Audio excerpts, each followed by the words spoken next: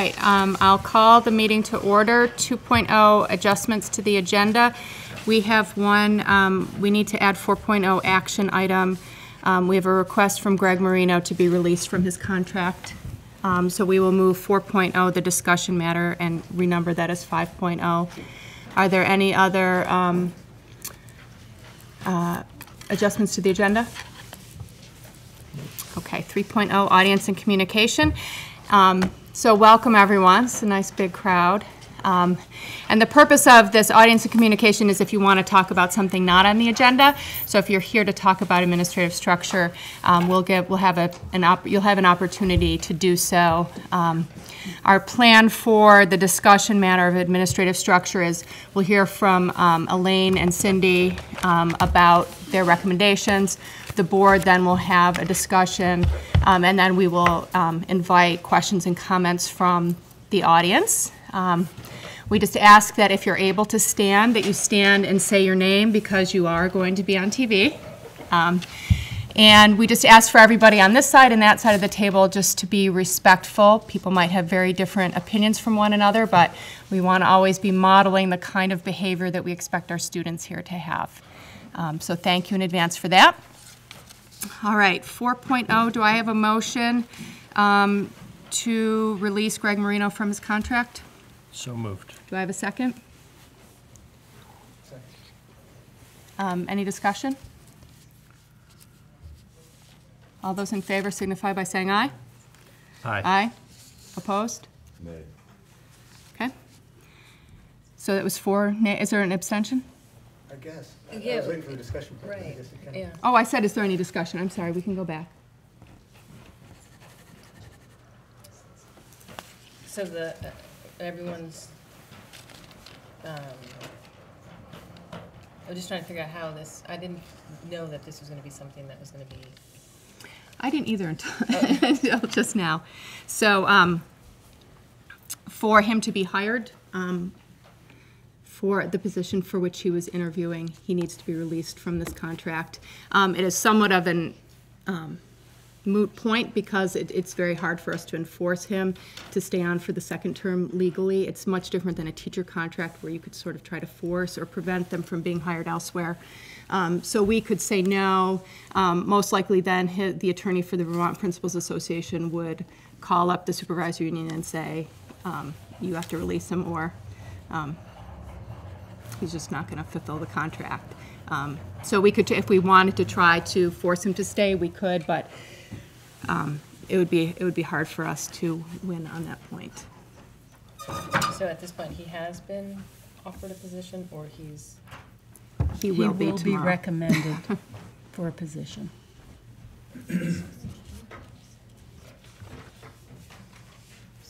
Any other questions or comments? Anyone, you need anything else to make a decision? Okay. All those in favor signify by saying aye. Aye. Aye. Opposed? Okay. Thank you. All right. 5.0 discussion matters. 5.1 administrative structure. And are you hoping I do a presentation? And I hope that all of you got the package of materials I sent yesterday afternoon, right? So for the people who are here on. Okay. I will try to speak. And I moved all the chairs loudly. so close. I thought that would help. Is this better? No, this is No, just that's for just them. for them. Yeah. I will speak loudly. Okay, so I was just asking the board if they had all gotten the material that I sent to them yesterday.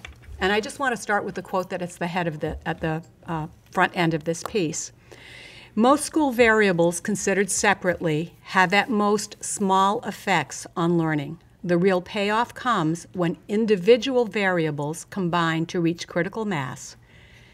Creating the conditions under which this can occur is the job of the principal. And that is from the Wallace Foundation, which is really the preeminent researchers and funders of leadership research in the United States.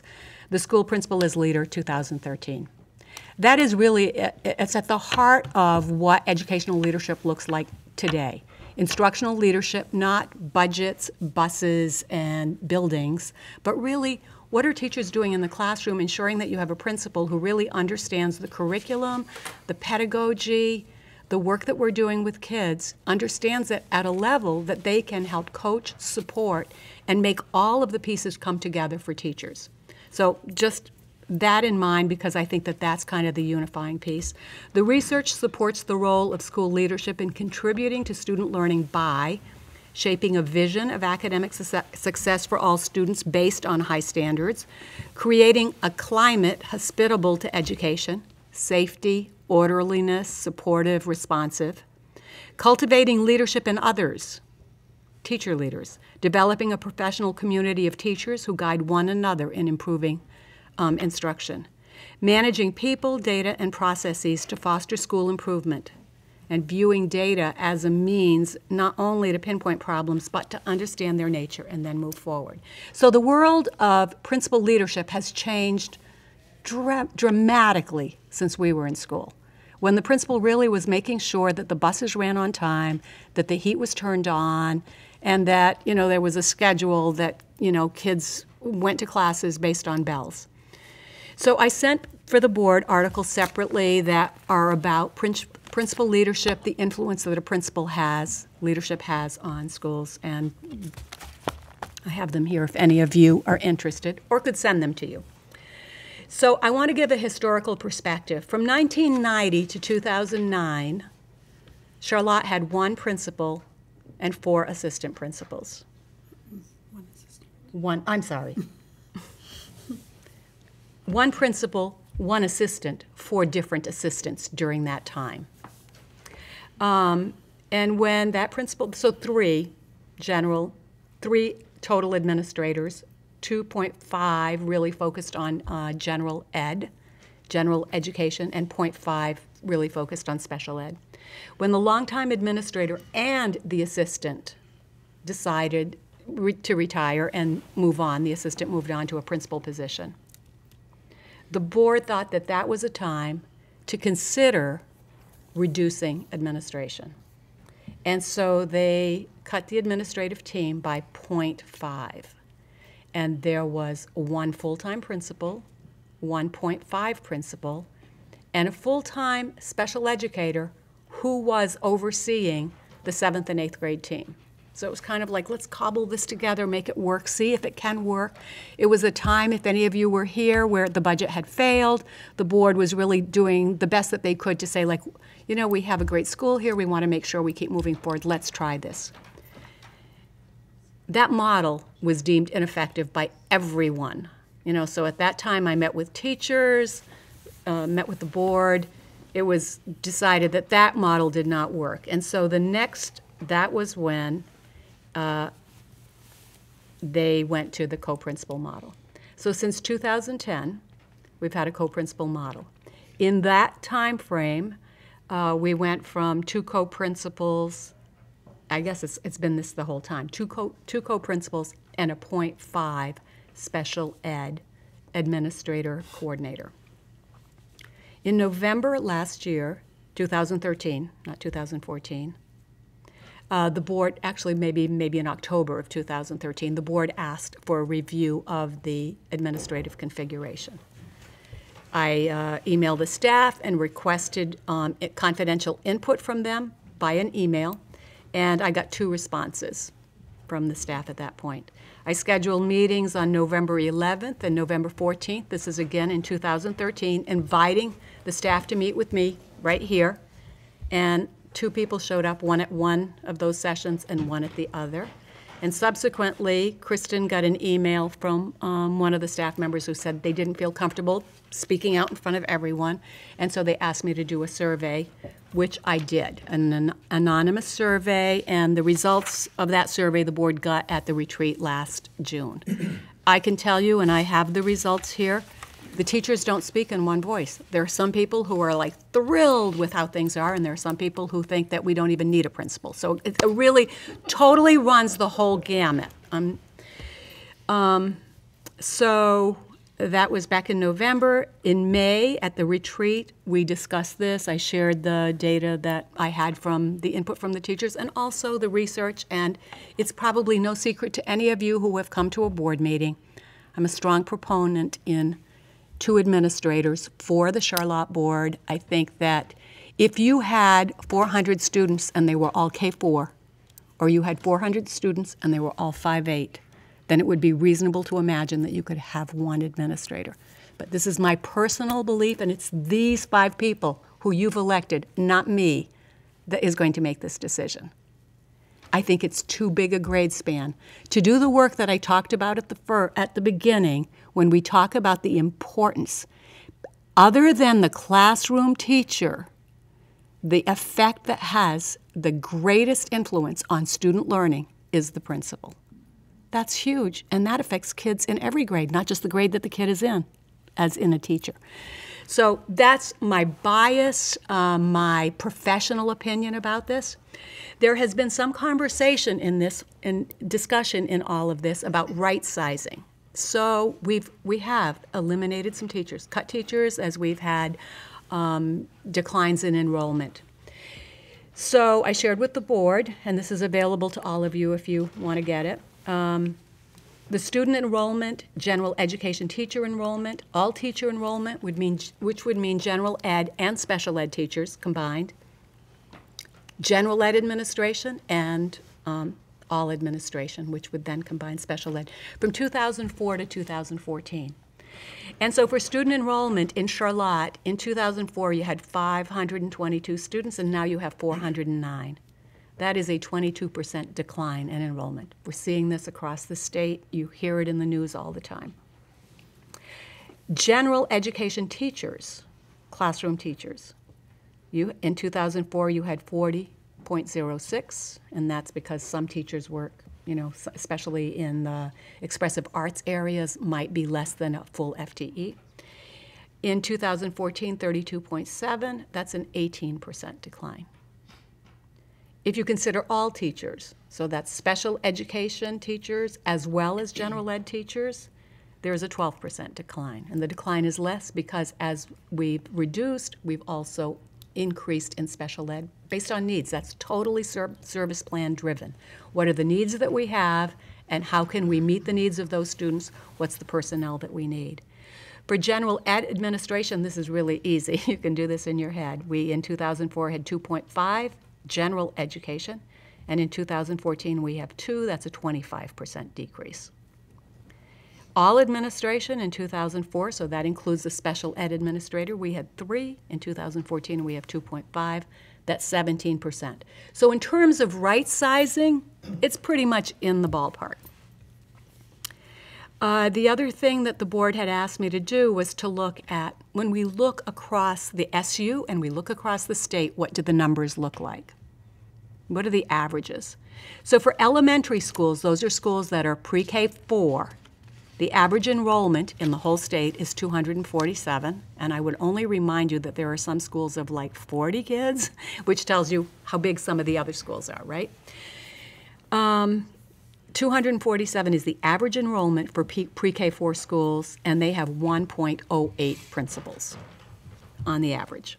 For middle schools, the average enrollment is 317. So those are schools that are either 5 through 8, but more likely 6 through 8. For the 315 students, they have 1.7 principals. And for K-8 schools, the average enrollment is 425. Remember, yours is, the total enrollment for you is 409. The average in the state is 2.15 principals for those 429. If we look at, and I've got all of the SU schools listed first, Williston Central has 1,100 students. They have 3 principals. Shelburne has 750 students. They have 2 principals. Heinsberg has 477 students. They have 2 principals. Charlotte has 409, 2 principals. And then if I go down the list, and this is just to, give you a sense of how this is. Berrytown with 841, 1 school, 4 principals. St. Albans, 713, 2 principals.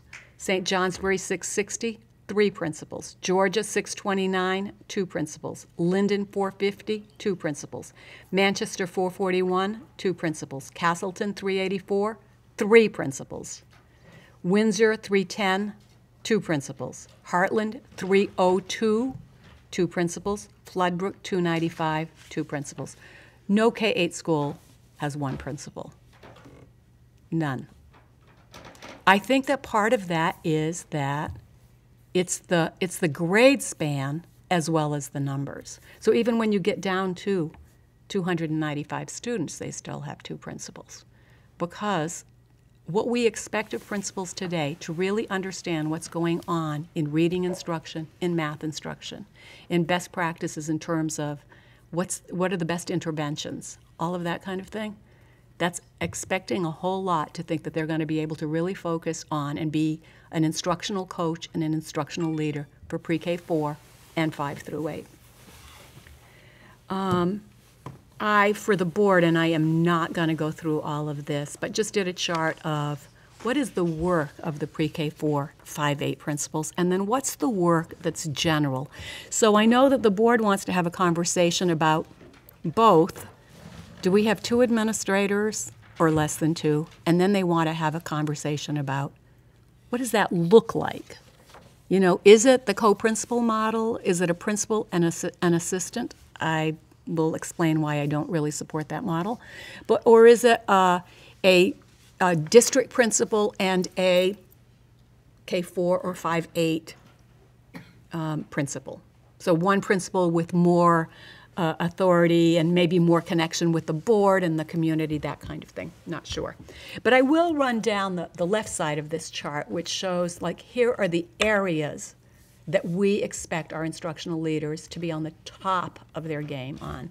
Curriculum, assessment, instructional leadership, school climate, student safety, hiring, development, and development of new staff, student placement, budgeting, scheduling, parents, communication, transportation, the school board, and the last one, which I think is really so important, being a learning organization, fostering that in every single segment of the community that they touch, the kids, the teachers, the parents, the board, to really just be that person who says, you know what, in our school, we are a learning organization. That's what we're about, and we're going to just keep getting better every year at that. That's what I have to Elaine, is share. there any way to project all of this information on the larger screen for the audience? I just think it's really, for me, it would be hard to take in all the things you just Right. said without a handout or, I wonder if, yeah. you know, is that something people want? Because it seemed like a lot. You've got it right. Cindy's going to make copies for everybody. Thank you, Cindy. And question, is it time to ask questions? Yeah. Okay. So the one school that I'm particularly interested in is Heinsberg. Mm-hmm. So looking at the General Education Administration for Heinsberg, 477 students, 2.0 administrators. But isn't one, like, not full-time?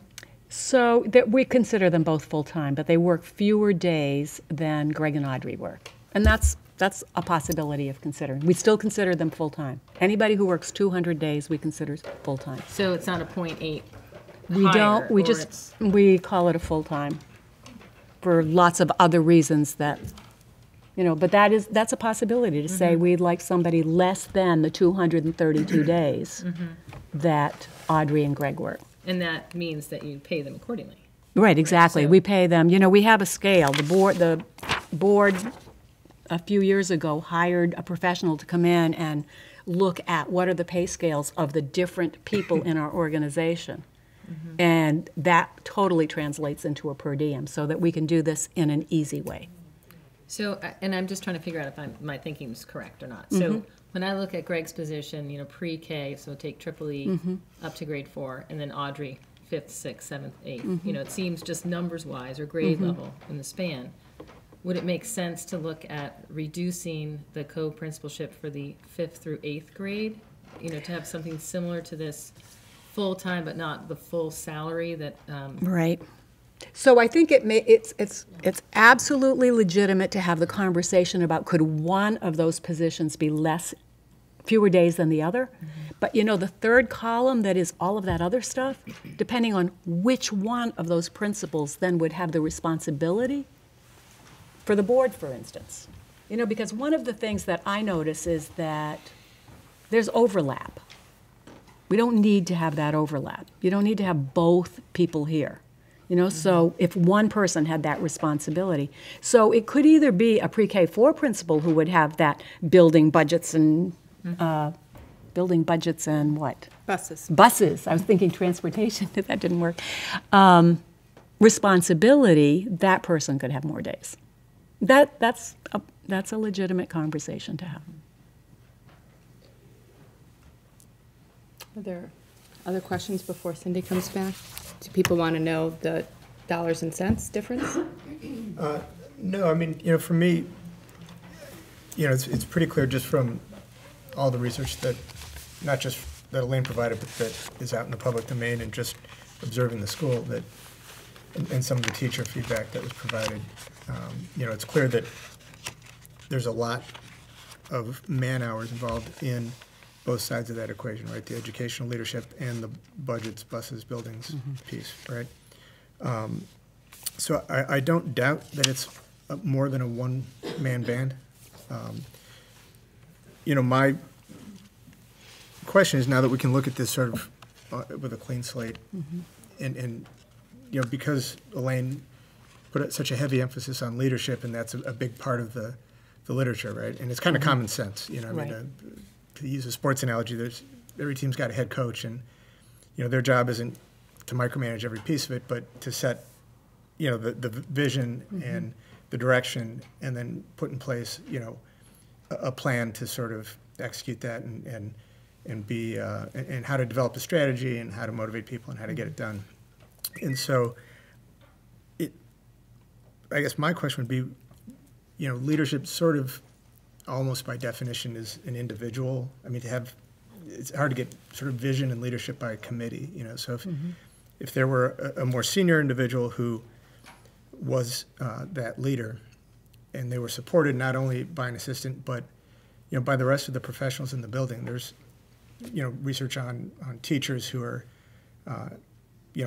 sort of brought into that process, right? So they're propagating sort of best practices and curriculum adaptation to their peers, because you have this incredible resource. You have people with decades of experience, and I think, sort of leveraging that makes more sense than saying, well, we need a principal to extract that from every teacher. You know what I mean? Like, is there a way to be more collaborative? So I just want to be sure, I'm not saying that like the principal's role is to extract that, but I think it is to support that and to make sure that the structures are in place and it is clear to everyone that we're all moving in this same direction. We're not all Lone Rangers just doing our own thing, and then your kid goes through grade level to grade level and maybe getting a consistent curriculum, maybe not, depending on what people decide they want to do when the door is closed. Right, but so that's sort of the leadership piece, right? Setting a very clear course, making sure people And being in the buy into that. classrooms and supporting people and coaching and... And so I guess that's my other question too about this whole K4, 5, 8 thing. I would have thought that, there's a continuum along which a kid is supposed to progress. Like, we know where we want them to be by the time they get out of here. Right. And Greg was even advocating for a full-day kindergarten on the basis that if you just kind of work backwards, like, to be ready for for first grade, you got to get this far in kindergarten, and to be ready for second grade, you got to get this far in first grade. So, we have these national standards. We have, a continuum that we're progressing along from year to year. Isn't there some sort of coherence to that big picture that is something that would be consistent with a single? And again, I'm not saying that the guy's all by himself and doesn't have support, but could one person sort of direct that and say, okay, here's where we want our kids to be. We want them all to have algebra. So where do I we think need if you imagine that in an organization, a school, that a principal could say, here's where we all want to be and here's how we're going to get there, and that everybody goes, great, we're all going to do that. If that's what you imagine, then it would be possible, but that's not really how it works. It's not really how it works. There's a whole lot of working with people, bringing them along, making sure that it's not, part of the reasons that you get such different responses to the survey is that some people really don't want to have somebody at the top saying, here's how it's going to be. Here's where we're going. Here's how we're going to move forward. Here's the North Star, based on the mission and vision that the board has approved, based on the indicators that the board is asking for.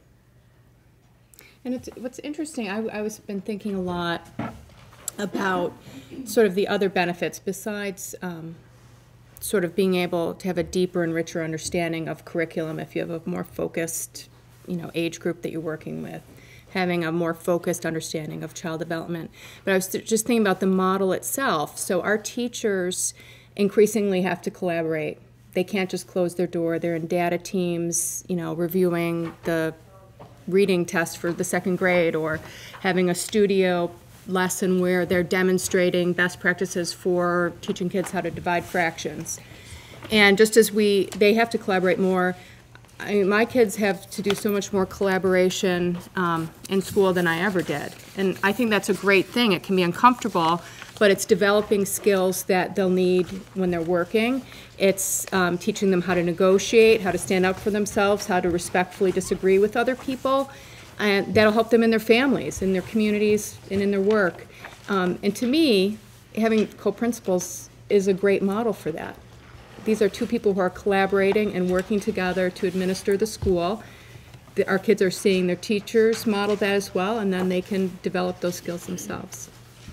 I mean, I don't know, what I took away from that survey was, I mean, the numbers unfortunately added up to 104%, but something like 70% of the people that responded were not in favor of the co-principal model, right? They were either for one principal, one assistant, or one principal, no assistant.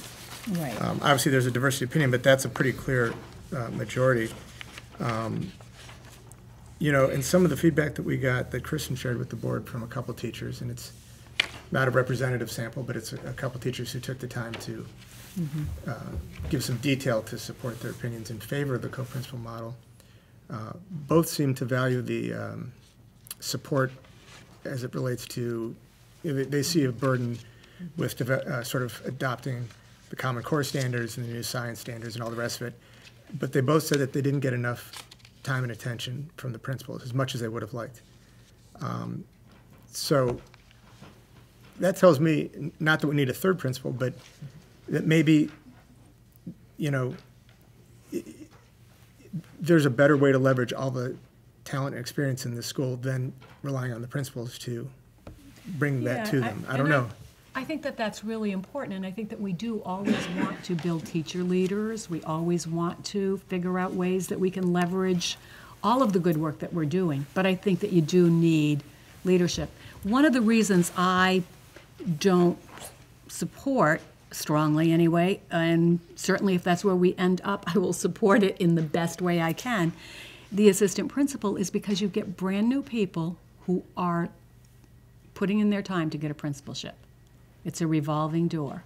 And likely in a K-8 structure, the revolving door happens at the same level.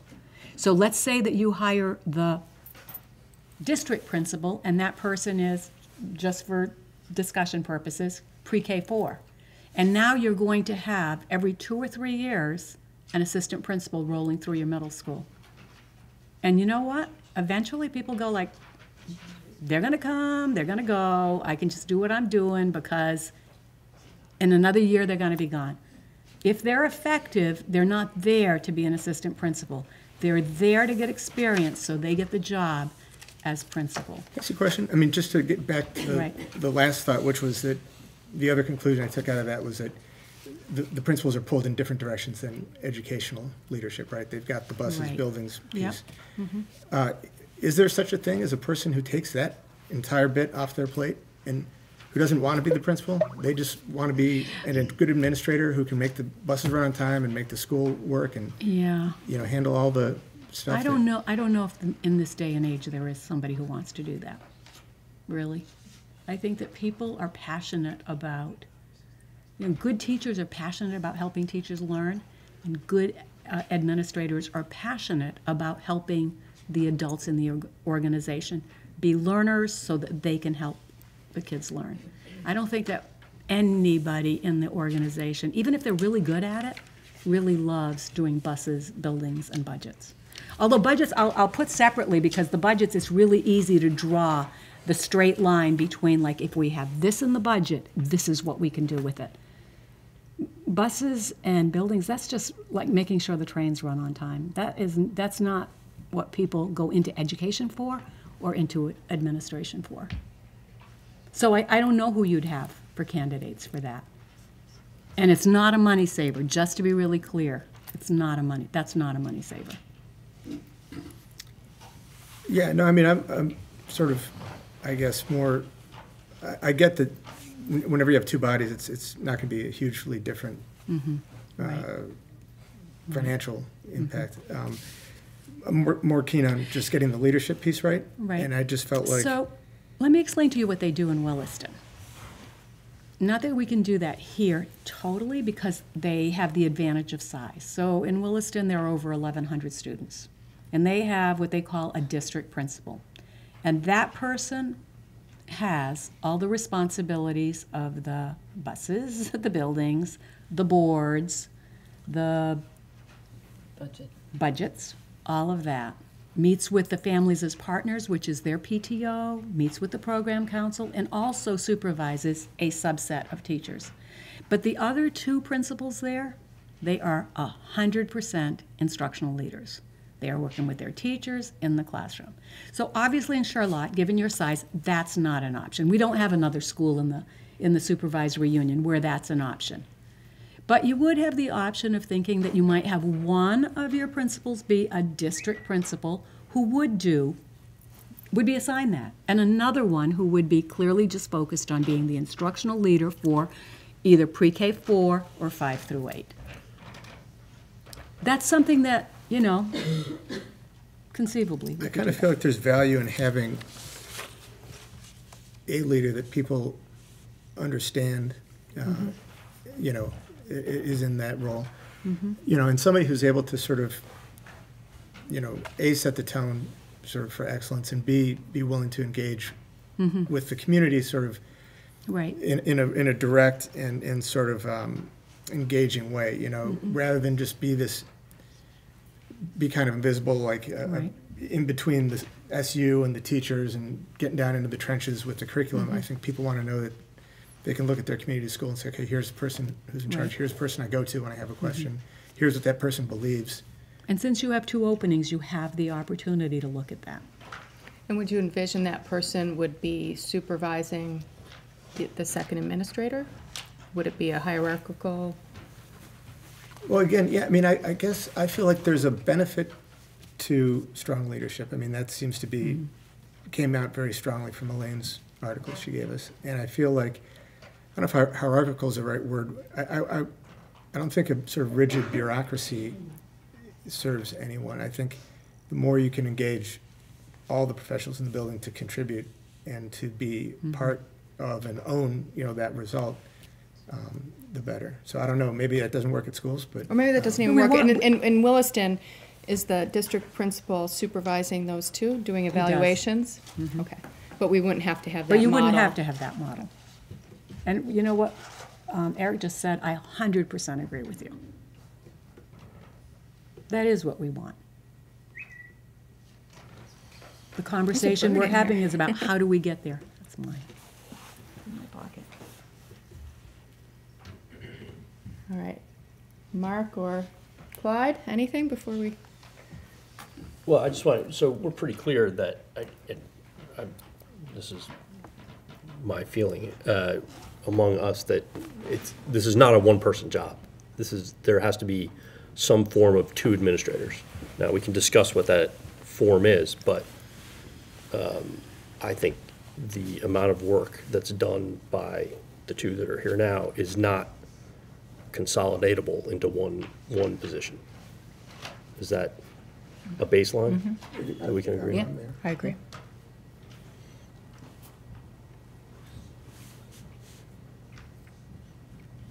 Clyde? Elaine, what's the phrase you used earlier? A learning organization, is that what you said? Yes, yep. What's your definition of learning? Always growing, always being open to learning new things, pushing yourself, not standing still, not being complacent, continuous improvement. Measured What is it how? that, student learning. Measured how? in many ways, including standardized tests, including wellness. How are our kids doing in terms of, the surveys that we take from the state, including, what's the climate in the school, all those factors. How do your kids do when they get to CVU? Are they doing well? I understand you also to say, I might have missed this, that the factor that causes people to aspire to another principalship somewhere else is not a money issue. I didn't even go there. I didn't say anything about that. I'm sorry, I thought you referred to that. No, I didn't say that. Cindy, what's the cost differential, salary and benefits between our two co-principals? Between the two current ones? I know what's in the budget for next year. I don't have it separated by the two individuals that are currently in there. What I did for modeling was assuming 2 new hires, and I can give you that differential if you'd like.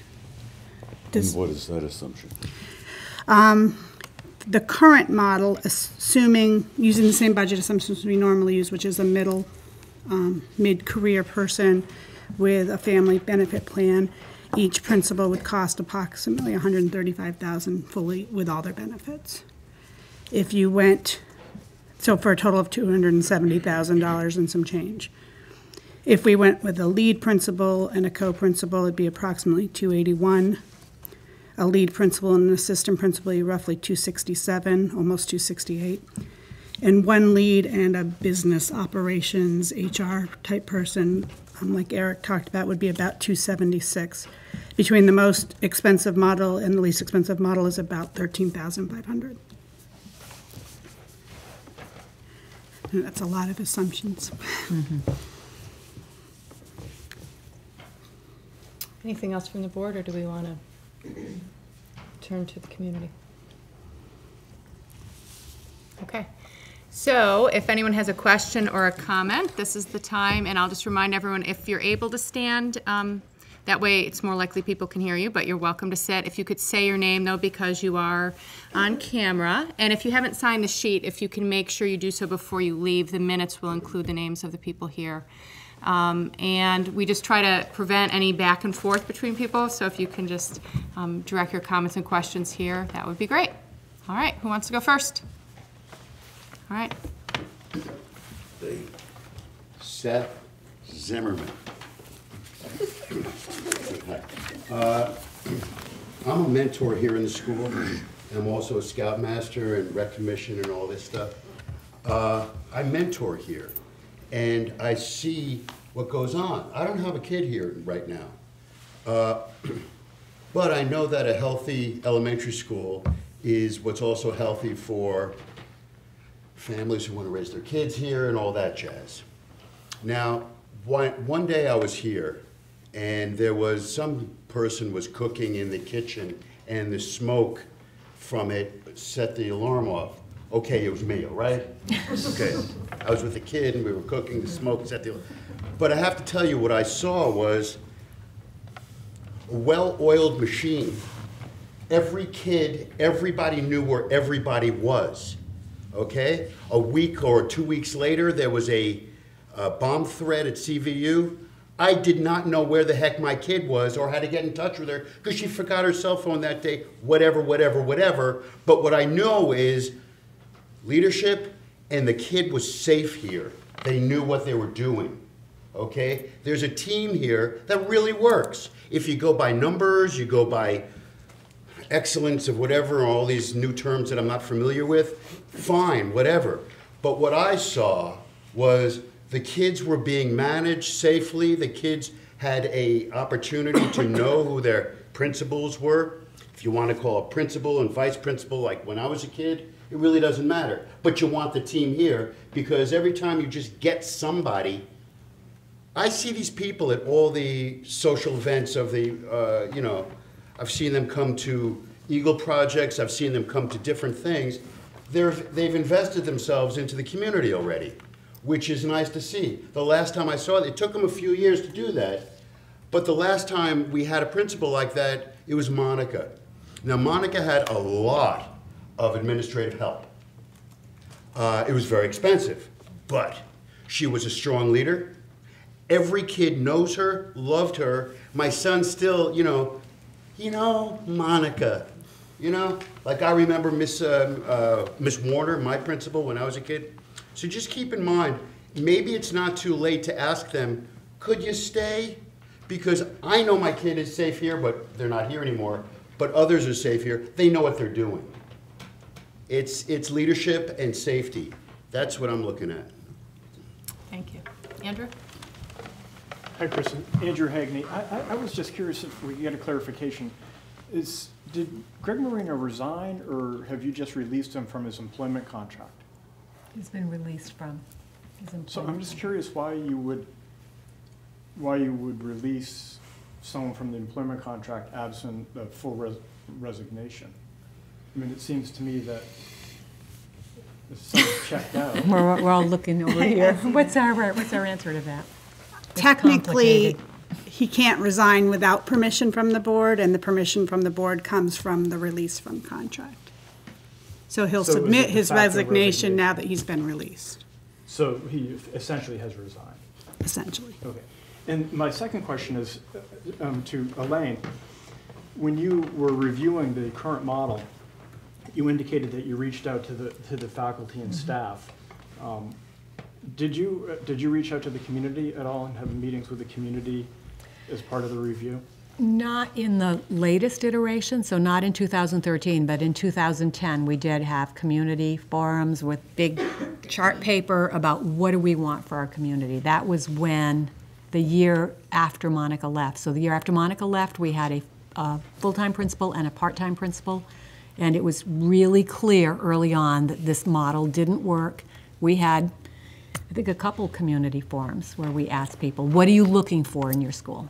And what was the At final that time, in 2010, pretty universally from teachers, from community, we need 2 administrators, back then. Thank you. I did not do that same thing again in 2013 when the question was raised again. Thank you. Tammy Hall. So your numbers about assistants and 2 co-principals and everything, those people, the new people, are going to be coming hired at the same price as the old people? Is that what the budget's about? No, actually, the budget would support any of these models. The returning people would have made more than any of the projections I did. Your numbers just seem really, really high. you Well, know? most administrators make between 92,500 to 120, I think. I'd have to look. 115. And a full family plan is almost $20,000 now. And then you add the other dental, FICA, workers' comp. Could you bring in a business person to take over the school maintenance kind of stuff? You know, the budget, the scheduling, that kind of stuff. You know, could you just hire a business person to come in to be under the principal to take care of all that stuff? Even You know, that you're we- all saying, oh, no principal, no vice principal wants that job. It's clearly a business job. Even So- the operations, we would estimate their salary to be 100,000 to get somebody to come do that work. Are you kidding? You got some We'd like. I'll take the job. Okay, so let's all talk one at a time, please. Thank you. Rowan, I think. you need to say your name. Oh, I'm sorry, Rowan Beck. I think that you could hire somebody to do the operations for a hell of a lot less than $100,000. I don't know where that number came from. I had one kid go through this school, I have 2 more here. I think what the community is wanting is, we're wanting to build a bridge, and I think we're wanting to have a little faith, and I think that we're wanting you to start operating the school as you would operate a business, and you're not. And I know that we're trying to educate our kids, and I want our kids to be safe when they're here, but there's gotta be some financial, like, you can't just say, well, it's gonna cost us $100,000 to hire someone to manage operations, so we're just not gonna do that, because that's just not a true statement. That's just not. Mine's based on studies the SU board has commissioned in this area. Pardon me? My information is based on a study the Chittenden South Board did on administrative pay and various responsibilities, and that's what Gallagher Flynn out of Burlington calculated it would cost to find. These numbers were not set by me. Anyone else? My name is Hal Evans, and I just had a couple, I wondered if you could clarify for me, or maybe get a little more granular about the principal's input into the curriculum and shaping an academic vision, and sort of some of these terms which to me are very vague. I'm wondering about the day-to-day sort of, operational duties that translate into these phrases that are unclear to me. So are you asking for a day in the life of, kind of? I mean, broadly, somewhat, but I don't understand. So my experience, which is certainly limited, I haven't seen any indication that the principal influences the curriculum in the individual classes. So when you combine sort of the Common Core and the standardized testing with the individual teacher's ability to create their own curriculum, I'm wondering how does the principal, what control or power does he have to change that individual teacher's creation of the curriculum? I'm wondering, what does this shaping of the academic vision consist of? What is that? Is that sort of giving a speech once in a while? I honestly don't know. I think it's being in classrooms. It's doing professional development alongside the teacher so that they understand what is it. Let's take math best practices, for example, because that is something that we're doing across the SU, K through 12. So even at the high school, we're doing math best practices. Every teacher and every math teacher, every teacher who teaches math in our organization has taken a week-long course in math best practices. What is it that we know about how the brain works for kids and how they learn that translates to how we should be teaching math? Everyone has taken a week-long course, and then for 2 years after that, they are in groups of teachers visiting each other's classrooms, watching classes, getting together afterwards, discussing. So what happened right there? Getting coached. The principals are doing that too. So that they then, when they are in a teacher's classroom, can say, help and also support. Here's how we might have done this. Here's what I saw you do. That was great. We need to do more of that, that kind of thing. So being kind of coaching, almost in a way. It is coaching. It is definitely coaching. Okay. But they are both of the principals who are here currently have been participants in the best practices math course. In the data teams, they work with teachers looking at student data. So they're actively engaged in the work that is helping kids in the classroom. It's not like they're not sitting in their office and just saying, okay, so this is what we're going to do. We'll send out a memo, or as you just said, give a speech. That is not the model. No, I knew you were, but I'm just saying it's like so far from that. But there was a time when that's what a principal did. Stand up in front of a faculty meeting and say blah, blah, blah, blah, blah, blah, blah, blah, and hope that it translated. And everybody went back to their classes and did whatever they wanted, right? So that's what I'm not getting. Sorry. Well, I just think that like we're in a time, so for example, and this might not be a popular topic, but we do have Common Core state standards, right? So we want to make sure that all of our kids in every one of our grade levels are getting a similar educational experience that is very rigorous. And that takes a lot of work. I don't want to minimize the work that our teachers are doing to kind of like upgrade the standards that we've been operating on for like I don't know how many years. That work is only done by a team. You know, Eric, I think you said it great. We need to all be working together, supporting each other. But it also takes a leader that says, yes, we are going to do this hard work. Here's how we're going to do this hard work. And I'm there. I've got your back. I'm going to support you. But we need to do this hard work. And the hard work that we're doing needs to be coherent and consistent for our kids, so that as they move from one grade to another, they're getting a similar experience. And when they all get to CVU, they're not at a totally different place than the kids from the other districts that are feeding into CVU. I understand the sort of broad goals as you're describing them. I guess what I don't understand is what power does the principal have to make sure people are towing the line, or enforce this, or to take action? Like, I don't understand. So that would be under the column that you've got there, supervision and evaluation.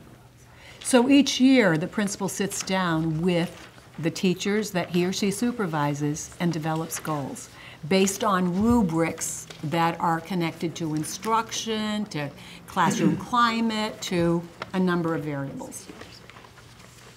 How, I can also tell you that a significant portion of their daily routine is being inside classrooms, watching a supervisory role that leads to that piece that you're talking about. So there is,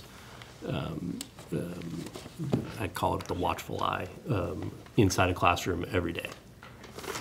So if a teacher were to, again, not be towing the line, if the principal needed to take action, I don't understand what they're capable of doing by the definition of their job to change the behavior. Well, hypothetically speaking, if there were a teacher that, was clearly not doing the work that as a district, you've said, here's the work that we're doing, clearly not doing that. In the first year of that, it would look like we need to develop goals. Here are the areas that I see that are really lacking. Let's really focus on that. What's that going to look like? Here's what I'm going to look for. Here's when we're going to meet again. Here's when we're going to discuss again about how it went. In year 2 of that, it would be, you know what, we're still not all the way there. Here are the goals. Here's what it's going to look like. Here's what it's going to... And if that didn't improve in you're more the expert on this than me, year 4, you could say you're on a... Kids are gone. Okay, time out. She's more... 4 weeks. Depending on the type of goal. Not 4 weeks. If it was a health and safety issue, it's an almost immediate, Right. you have about Right. 6 weeks to get this right, or we're taking action. If it's a learning goal such as best practices in math, where there's a learning curve, you would set mini goals. And if at any point during the 4-year cycle, and currently it's a 4-year cycle for veteran teachers, you could put them on an intensive plan immediately to rectify whatever issue it is. And our principals do put people on intensive plans, and the good news is they're effective because we're not terminating teachers. But that doesn't mean it's perfect. Or sometimes we are. Or sometimes we And are. sometimes, But that is the principal's role. That is the principal's role. So if it's, you can separate things into kind of health and safety issue or Right. other, and other is a 4-year sort of. Right. Okay. Right, and honestly, if you had a situation that was really ridiculous, you wouldn't have to, even if it weren't a safety thing. But, that's kind of like, what are you dealing with? But That's tenure. In the back. My name is Lane Morrison. I'm wondering if there's any takeaway for both principals leaving, and if there is a takeaway, is it an impact on the board? Should things be changed? Or is it an opportunity to change the model that you've talked about, since both principals are leaving, that could affect education or cost? so I have, as part of the board's charge to me to review the co-principal model, certainly talk to each of the principals more than once about this. Awkward for them, because when I talked to them, they were still both fully in the positions. I said awkward for them, since when I was asking them about this, they were both still in the positions. But one thing they were really clear about is that they can't even imagine that the work could get done with fewer than 2 people. Because in the work that they do, they currently work 50 to 60 hours a week. It's not imaginable to them that you really could do the work they're doing with fewer people. Now, what that model looks like and who's doing what and whether or not one person is responsible for certain aspects of the job and the other one has nothing to do with that, that's a different thing. But certainly I think you bring up a good point, and I should do an exit interview with them, share that information with the board, and have that inform us as we move forward. That makes a lot of sense. But generally, you would replace them with the same responsibilities. Yes, but we would, I do exit interviews. When administrators are leaving, we do exit interviews. Generally, though, if there hadn't been this question from the board, we would have posted this position as soon as we knew there was a position. We're not doing that because we don't know what we're posting. We get better candidates to match our jobs when we can say, here's the job. Do you think you have the skill set and the attributes, personal attributes that match? Monica Marshall. I had a question. You listed the schools in the district, and they all had 2 principals. And then there was a discussion about how not all of them are full-time. Some of them are part-time. Well, they're full-time. It's just that in Heinsberg, the principals work fewer than 232 days. We still call them full-time. Okay. Are they successful? Yes. And have they been in position as long as we've had our co-principals? Because as I recall, when we decided on the co-principal model, it was like pretty brand new, other than CVU. Right. And Shelburne has had co-principals for years. Williston has had 3 principals for years and years and years. Well, they also have 3 buildings too, so, or 2 buildings. Right. So I think that Heinsberg may be a year behind, right, and it is very successful. And they pay theirs the same that we pay ours here in July? Yes, actually across the SU, principals are on the same salary schedule.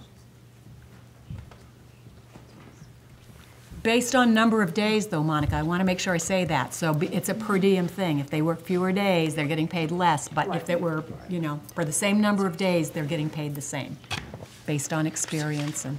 But on average, they both, I'm using Heinsberg because they're the closest in size. They're very much the same size. Yep. So both principals, because I do agree, you know, with Eric, and as far as having an assistant or whatever you want to, you know, I don't care what they're called, but if you are giving them an enormous amount of work that everybody's saying, and you can't utilize anybody that's already in the school to assist in this job description, in Heinsberg, do they have the same job descriptions? In other words, did their principals go through the math program like our principals did? Yes. How many, are they working 5 days during the calendar school year, each full-time? With some flexibility, but yes. So they're both there 5 days a week, and they Pretty split much. it the same way we do, K through 4 and 5 through 8? Yes. I think that we could really, you know, we have a math coordinator, so I'm like, and that's where I'm kind of like, well, why are our principals doing the math program if we have a math coordinator that's supposed to be helping with that? So I guess, to me, there may be some overlapping within the school where you can pull out certain people that are already in in a manager position and have them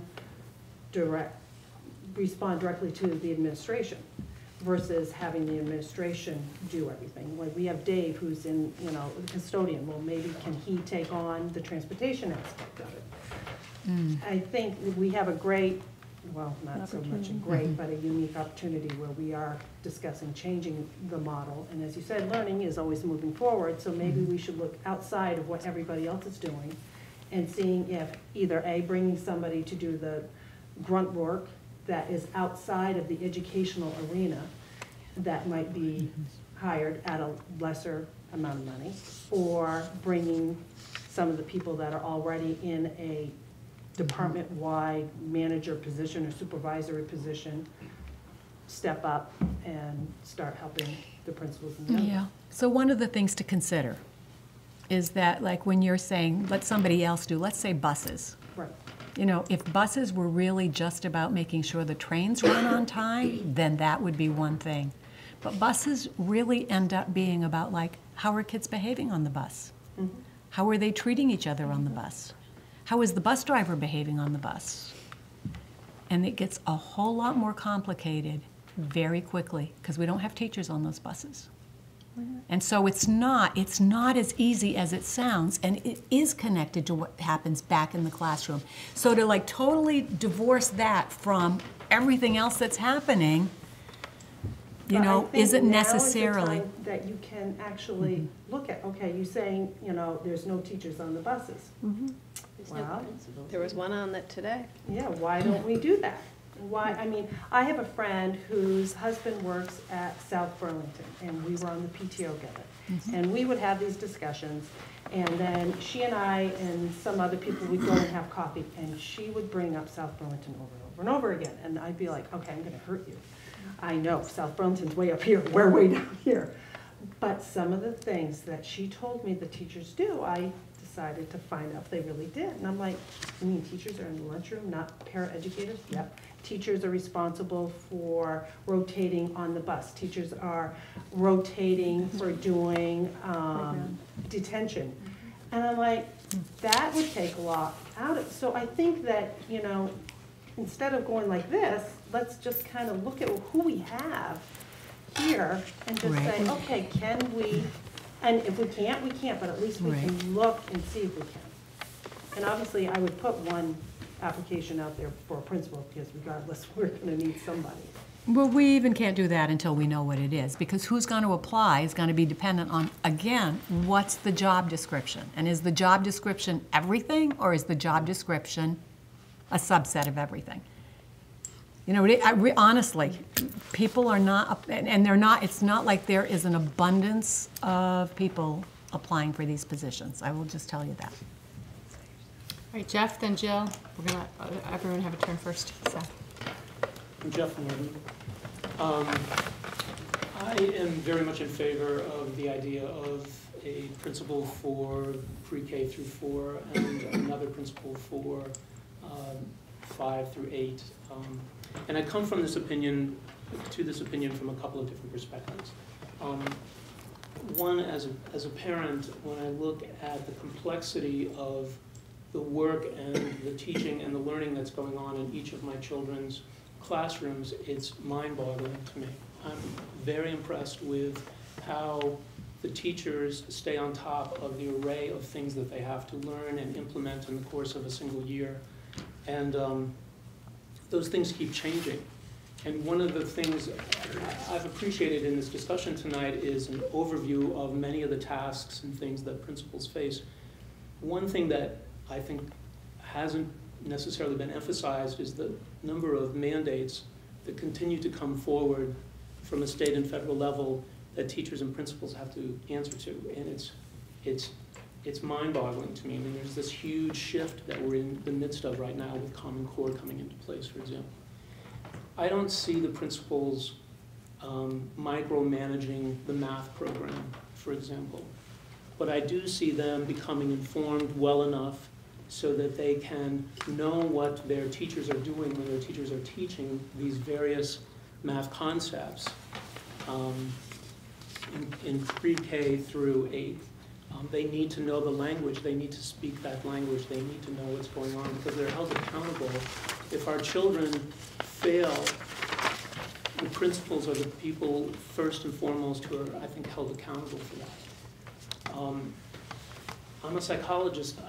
I've spent a lot of time in schools in my career, and one of the things that we face today, more so than ever, are children who are challenged, not just in terms of learning difficulties, but psychological issues, social issues, and other things. And one of the things that I've watched in this school, spending some time in this school, is the amount of time that can be taken up when just one child is in distress, just one.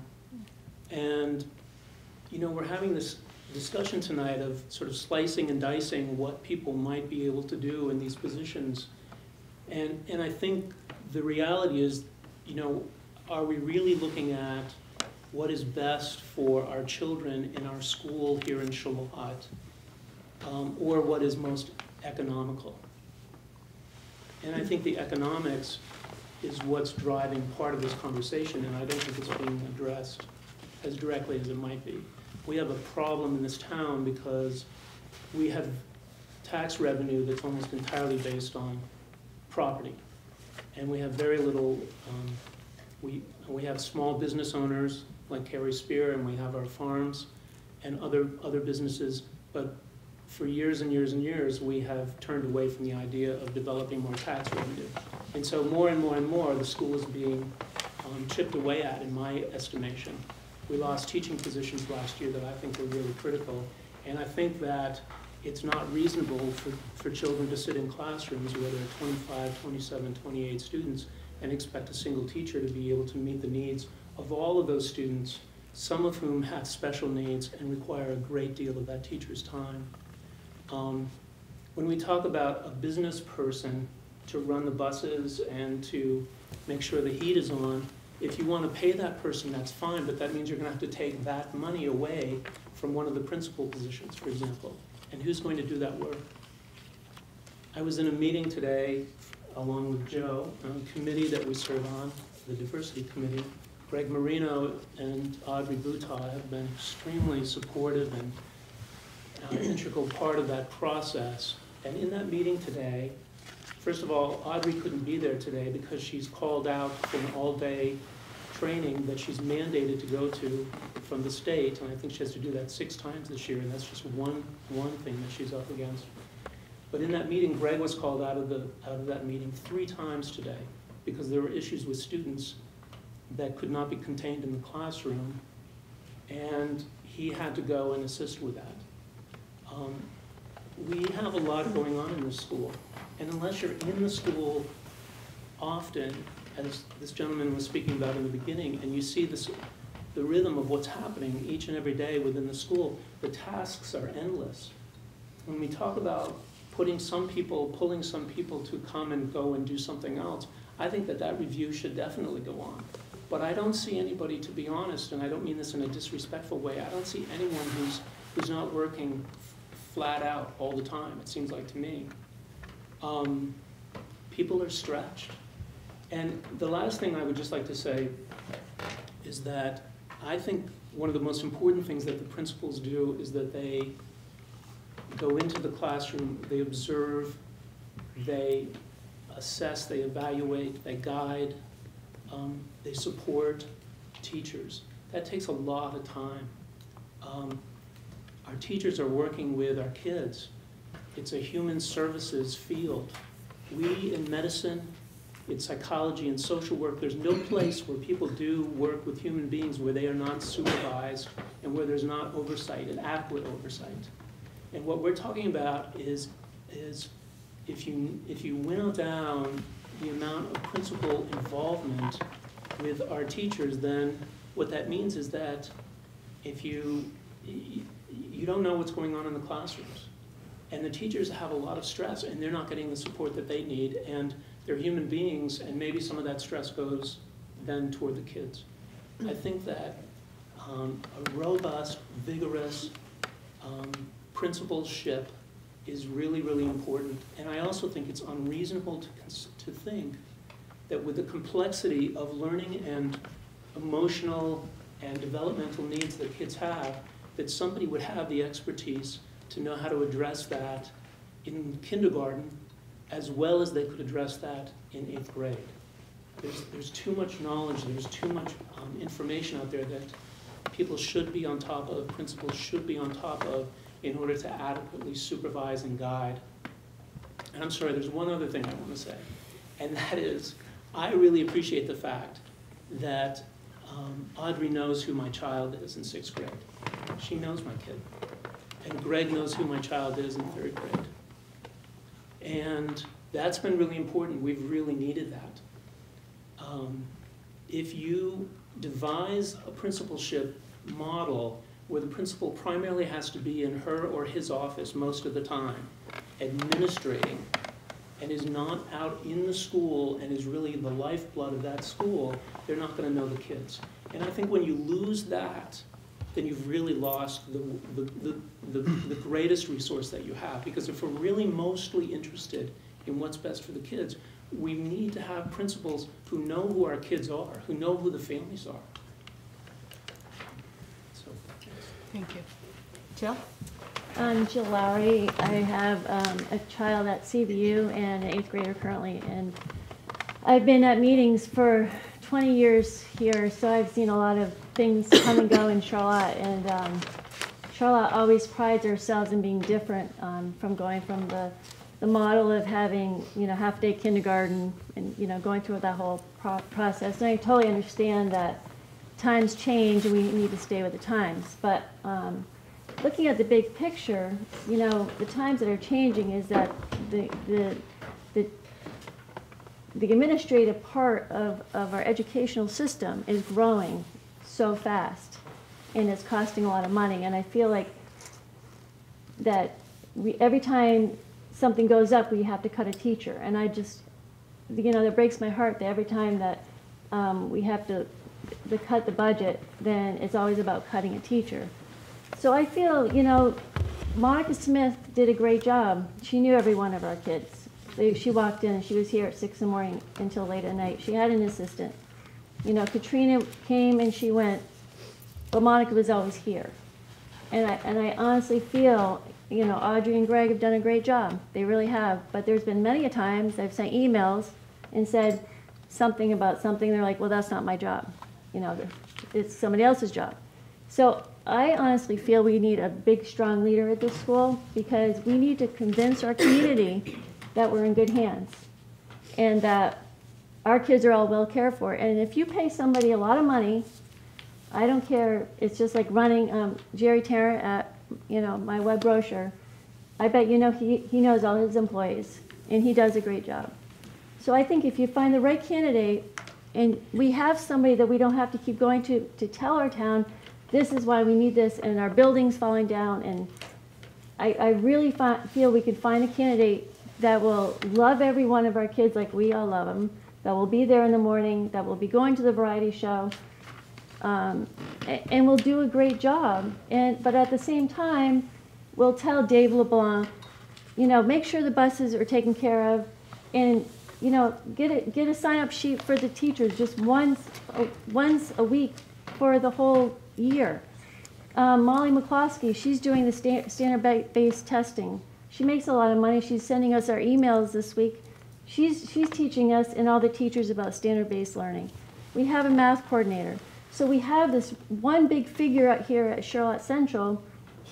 It's like an umbrella. He needs to have all these people so he can take care of the academics and making sure our kids and the teachers have what they need. But I just feel like, the CSSU district is growing too big, and I just think that we just need one person here, maybe an administrative person to assist them. And like Tammy, Monica said, we need a business person. This is a business. Whether it's an educational tool, we still need somebody that is going to run the school so it's a safe place to be. So the kitchen's running and we have electricity and we have a good roof and everything. So it's still a business. So if we could hire, somebody that could come in and do a business portion of it and say, I'm sorry, but we can only offer you $40,000 because that's all we have. Whether, that's what the CSSU district says, this is what mandates it, this is what we can only pay them, and people will apply. I mean, I'm sorry, but if you can only pay $40,000, people need jobs. So that's my 2 cents, so thank you. Anyone else besides Seth? Thank you for I'm that. sorry, but you can have another turn, but let's just get everyone else a first chance. Go ahead. My name's Jeff Hall, and I just want to elaborate on what Jill said now. Was 522 kids here when Monica was here, and she knew all our kids. We had kids here then. There's, 409 now? And I'd like to know if the board has an idea of where that's going to go to. It's obviously going down every year. What is next year's enrollment? I think we're supposed to flatten. We're supposed to flatten and then slightly increase and then flat, but we'll be in the low 400s probably. I think our projections low 400s for the next decade. And there's a lot of kids in this town that also go to private schools. And if I was a business, I would mothball the school and send everybody to private school, and most likely the town would save money. Thank you. The private school doesn't have to provide special education. We would still have to provide that. Everybody else has got their hands in our back pockets, shipping the money out from this out to somebody else to pay for their kids, and then you don't have any money left over and you're skimping. And like she said, you'll cut teachers, and it's like you're cutting stuff from the kids that they can have, you know. So that's my 2 cents. All right, anyone else? All right, we'll just let Seth go again, and then whoever else wants to go can go. Go ahead. Nobody else speak, all right? First of all, what was your name? Jeff. Hi, Jeff. I agree with many of the things that you said. First of all, whatever led to us losing 2 people who knew my kids' names and know my family and were involved with the community, that wasn't cool, okay? If we could try to do the Monica trip where we can have somebody for a generation, that would be nice too. Because somebody's got to look out for, from the kid's perspective. It's like when the parents fought to make sure their kids could have recess, because there are certain schools we can't have recess because we got to do more math, we got to do more science. You need recess. So parents, I'm here to speak up for kids. You know, as I said before, let's not hire somebody every few years because somebody's got a stick up their nose and wants to have a change, or we can't do this, or woo woo woo woo. You know, Charlotte's famous for that. Okay? Can we just like be normal for a little while? Okay? Be having a principal, a vice principal, that's okay. So that the kid, they're involved with the community. We all knew Monica for a generation of kids. Did we have disagreements about things? No. But yeah, we did. But the point is that you don't have to throw the baby out with the bathwater. Okay? It's really important, the continuity and community to a little kid. It's like, but she cared about me, how could she leave? It's serious. It's an emotional thing, these relationships that these kids have. So if we can figure out how not to be, if we don't have our way, we're going to get rid of everybody. Why did both people leave? Why was that? Did they quit because people were so nice to them? I didn't start out liking them, but you know, they earned my respect. And the private school thing, Jeff, that's really expensive. That's really expensive. And they have different agendas that aren't, well, anyway, that's a whole different Well, trip. I didn't say I would like everybody in town could opt out for, let's say, $14,000 and send their kids to private school, or they could do homeschooling and the town could save money that way. We're spending $18,000 a kid, and we can't afford that. Sorry. Way over the state budget. Well, if we could just figure out how to keep the math and all that, let's keep a relationship so the kids can grow up knowing who their principal is. That would be nice. Is that enough? Yeah. Hi, Ellen Santos. I just had a quick question regarding union contracts. Can the principals at will, for instance, Greg, can he just go out and look for a job or other opportunities in our area, then put in for the position, and when that particular board decides to go with a candidate, then we're left in February, mid-February, with 2 open positions. I'm just curious what the process is if he had another year on his contract, or if at will he can opt out at any time. And I know that's a union question, maybe getting into a little bit of minutia, but Our administrators are not unionized, so it isn't a so union therefore question. he can just at will opt out too. I'm going to let you take that. They are contracted employees, contracted for a specific term, no more than 3 years in the state of Vermont. Greg had to ask permission from the board to be released from his contract. No, I understand that. So, that was, so if they hadn't released him, he could go and the board could sue for damages. But technically, there's nothing else holding him here. okay, I was just curious. Thank you. Why Yes. can't you make the determination at your agreement to the end of the academic year or something, so there's less disruption? He is here till July 1st. Both of our co-principals will be here through June 30th. Rowan? I just wanted to ask, remember when we had Monica and then we had like the interim Sandy and I can't. Maria. Who was Marie? Maria. Maria. I'm sorry, I was like, I could not remember who that was. So, can we do that again? Because I know that there was some talk about we did the interim because we were trying to figure out if we were gonna go with the model or Because I think sort of the whole thing with Monica came at about sort of the same time, or was it? No, it was much really later. late. It was April.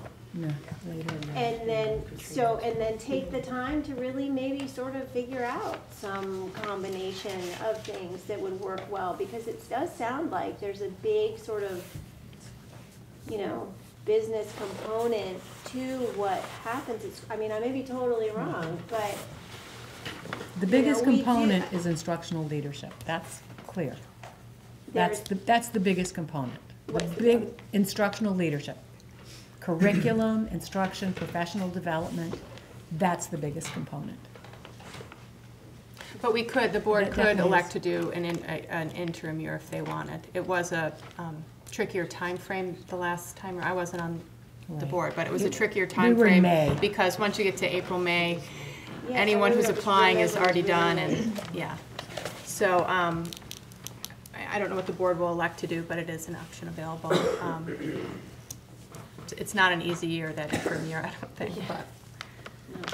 Yes? Bill Doris.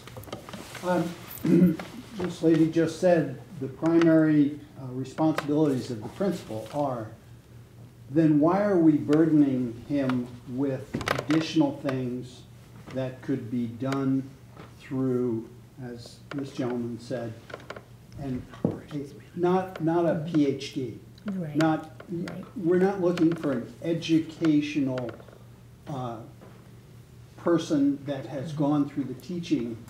We're looking for someone that will pick up the additional burden that the principal has to deal with.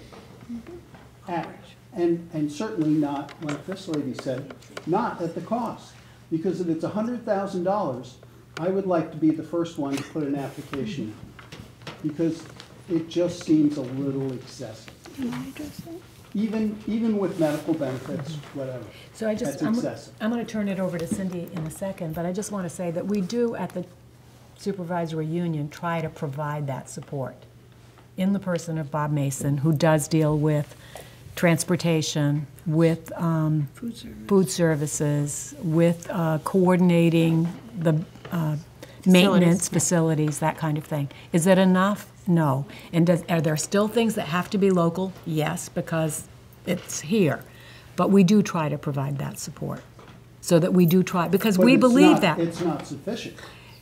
There's still that stuff, exactly. So I would say to the board, we need to address that and make sure it's covered, not with somebody that has a doctorate to run that particular section of the education system. Yeah, did you want to say something? When I was guessing at models the board could look at, and there's certainly many options they can consider. When I came up with the business operations director / position, I don't even know what it would be. So much of what the principals do is not just instructional leadership, and it's not business operations. So for example, if Greg and Audrey both have to be out of the classroom or out of the building, often one of us will come and be the administrator designee. That means knowing and understanding harassment, hazing, and policy investigations. It means being able to respond if there's a bomb crisis. It means things that aren't just traditional budgets, food service, and things. You have to understand schools and how they operate. That's factored into this number. Yes, if we were hiring somebody just to be the business accountant, business manager, accounting manager, whatever you want to call it, and all they did was crunch numbers and schedules, it wouldn't be a $100,000 job. But the jobs that the principals do beyond instructional leadership isn't just a 1 that in itself is more than a 1.0 job. So I tried to tease out what, if one person was doing all the supervision of 40 teachers, 20-something paraeducators, dealing with behavior issues, attending the educational support teams, the IEP meetings, all the different things that a principal may do that aren't business buses and food service, you still need somebody there that can step into that place and help them, because it's not possible based on what I know these two principals do. And the emails, just responding to parents' concerns and getting back to that. So if this person's supporting that, they've got to have more understanding as well. It would be more like a 1.5 and a 0.5, not 1.0, 1.0, in my opinion. Anyone else? Andrew, and then Tammy, you can go again. Kristen, thank you. You know, I'm a little hung up on the idea that Greg is also leaving. And I think it's wonderful that Elaine is going to do an exit interview, but man, I'm not sure you really need to do the interview to really understand that there's a problem here. And I know Elaine has had a big emphasis on the principals, their involvement with academics, but my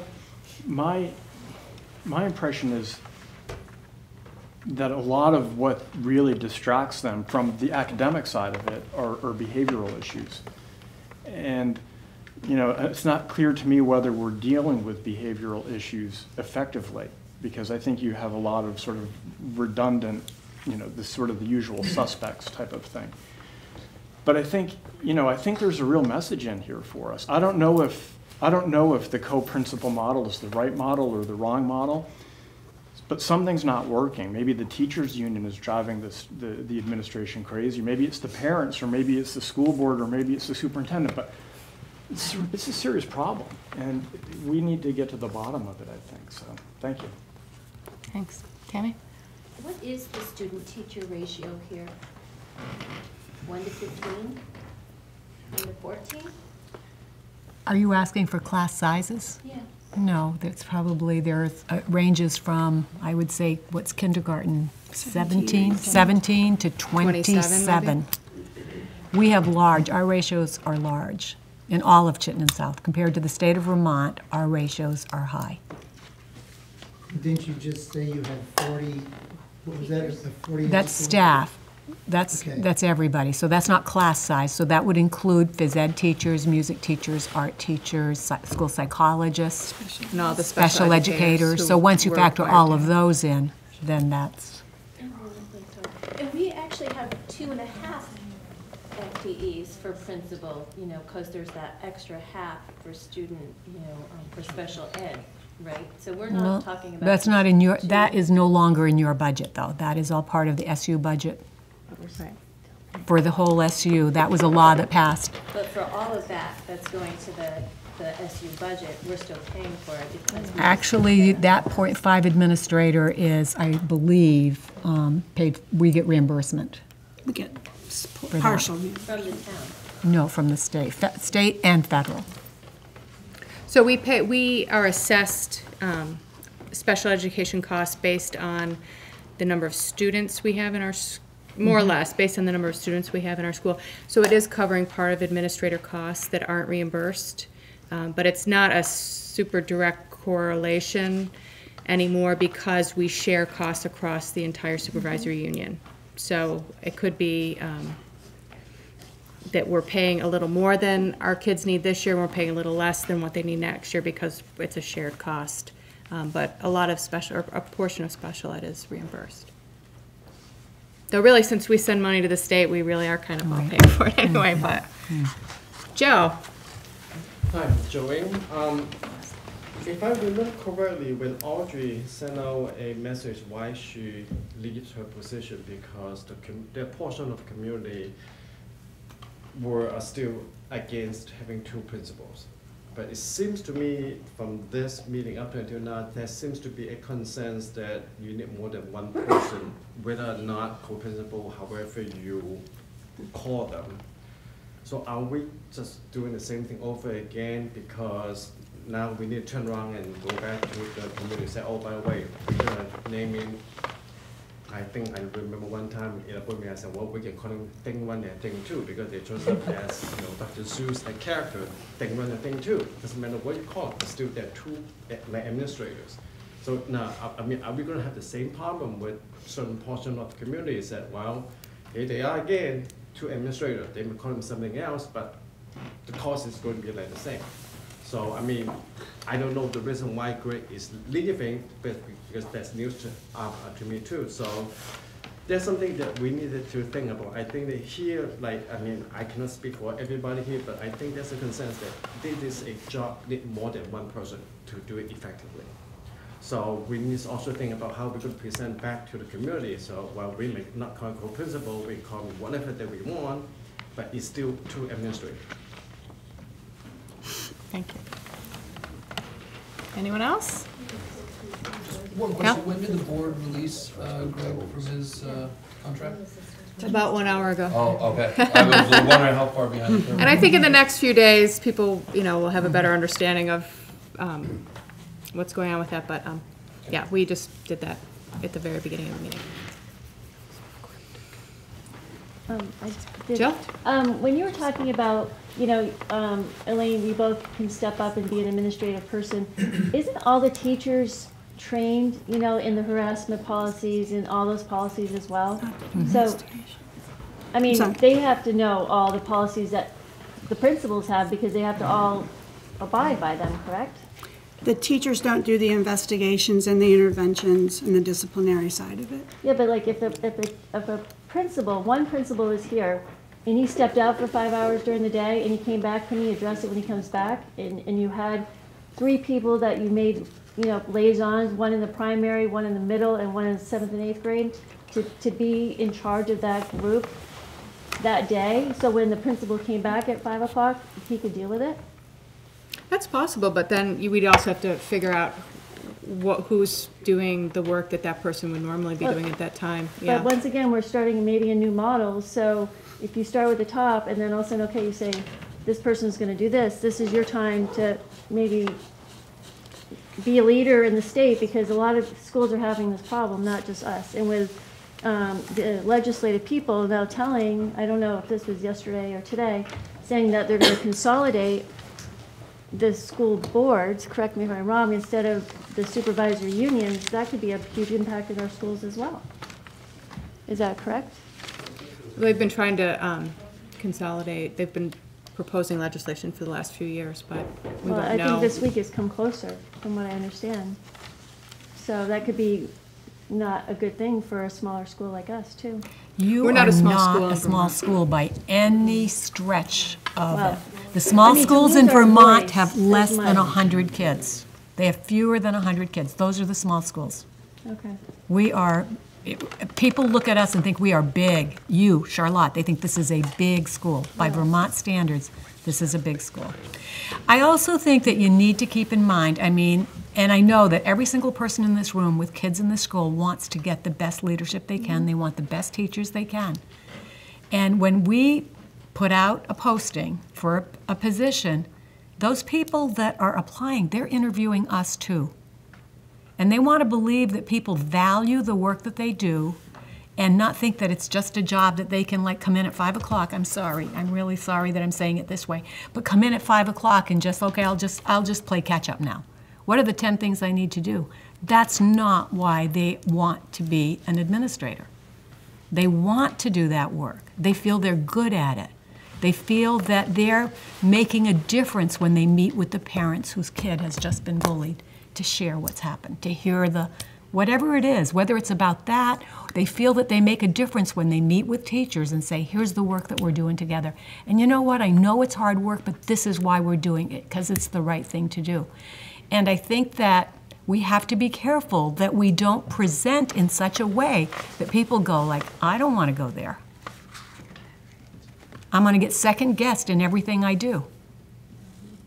That's not the model that you as a community, in my humble opinion, want to put out there. Go ahead. And the decision that the board makes, and it is the board's decision about how they want to do it, that's one thing. But once we're there, then we need to be supportive. I consider this one of the communities. That's my community. I serve this community. I care a lot about what happens here. And you just need to be thinking about some of the things and some of the ways that you're saying it, because it will impact who might want to come here and serve your community and hopefully stay for a dozen years and know all the kids. Exactly. So I think that's a really important thing, and I agree with that. And I feel like, and sort of my question to you, just on the sort of the co-principal versus a lead of some sort. Right. Are you, I want to send the message and have it received by somebody who does have a lot of ambition and is a strong leader and wants to be accountable. you know, and they want to know all the kids, they want to know all the families, they want to be the person who picks up the telephone when there's an issue, you know.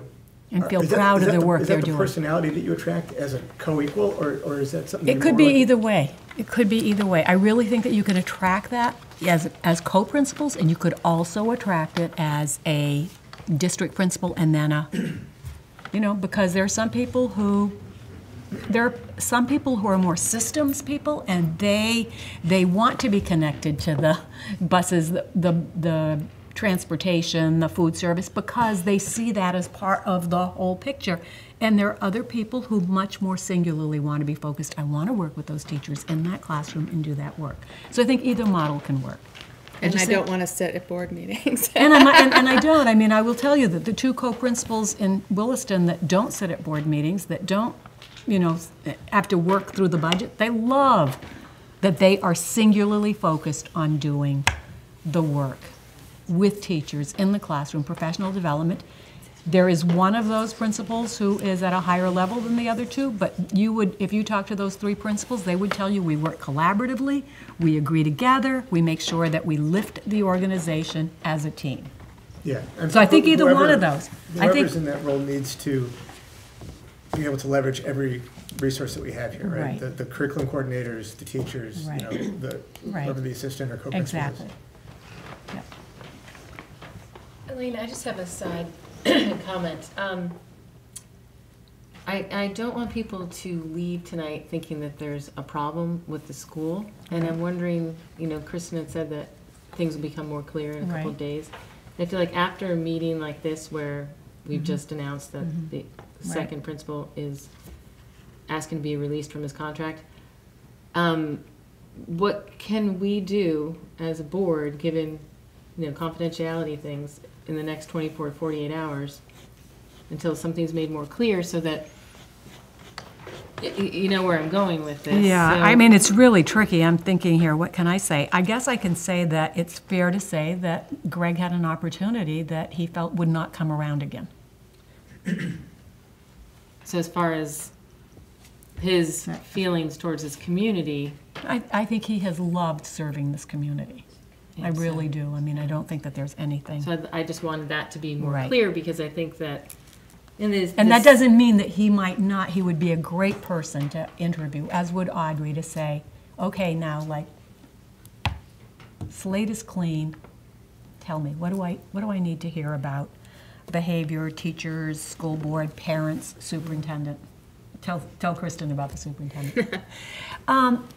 I think that that's an important piece, but that's not what resulted in his asking to be released.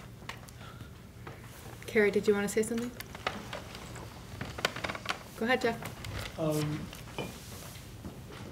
would just want to say that in the few meetings that I've attended over the last few years, board meetings, the question about the co-principal model has come up time and again. And I think that Audrey, in her public statements, has communicated, and I want to be careful as I say this because I don't mean to speak for her, but I guess the question that I would have, trying to imagine being in the position of principal here, or co-principal here, is do I have the support of the community? And that's really, really important, because I think any of us would have a difficult time maintaining in a position, particularly one that is so demanding, where you feel like you're giving it everything you have, but at the end of the day, you feel like the community you're serving doesn't really want you to be there, or a significant portion of the community doesn't really want you to be there. And so I do think there is a problem.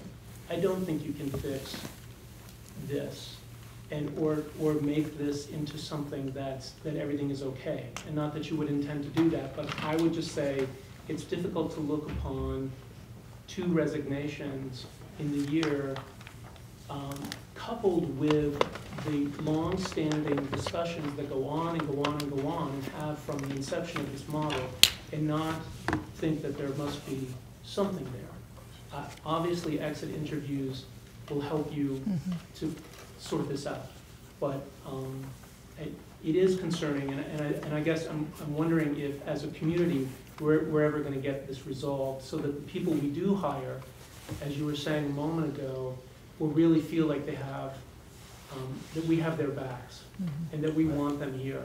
Because if we don't get beyond this, I'm worried that we're gonna keep running into this kind of turnover, and there's no way that that can be glossed over. Turnover is not a good thing, particularly when you have effective leaders in place, and I think that we have.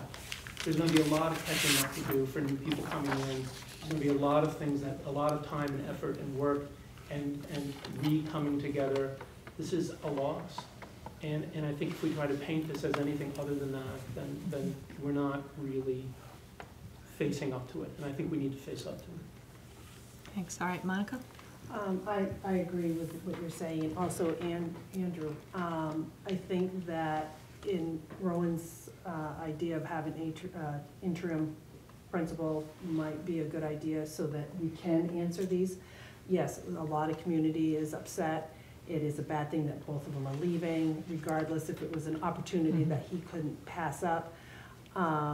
You know, I think that we need to make sure that we address the teachers, the community, and the board in every aspect, because I was really concerned when you said you sent out a survey to teachers.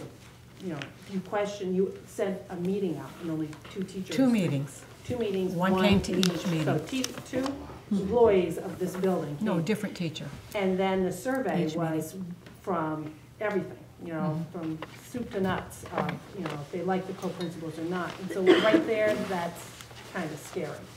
So I don't think it's just the community, and the community being people that don't have children in Shalott at the school. So I think that you have 3 different areas. You have the staff, you have the CCS adult community, and you have the community of Shalott that you have to answer to and figure out how to, because yeah, we don't want to have somebody that gets hired because, well, guess what?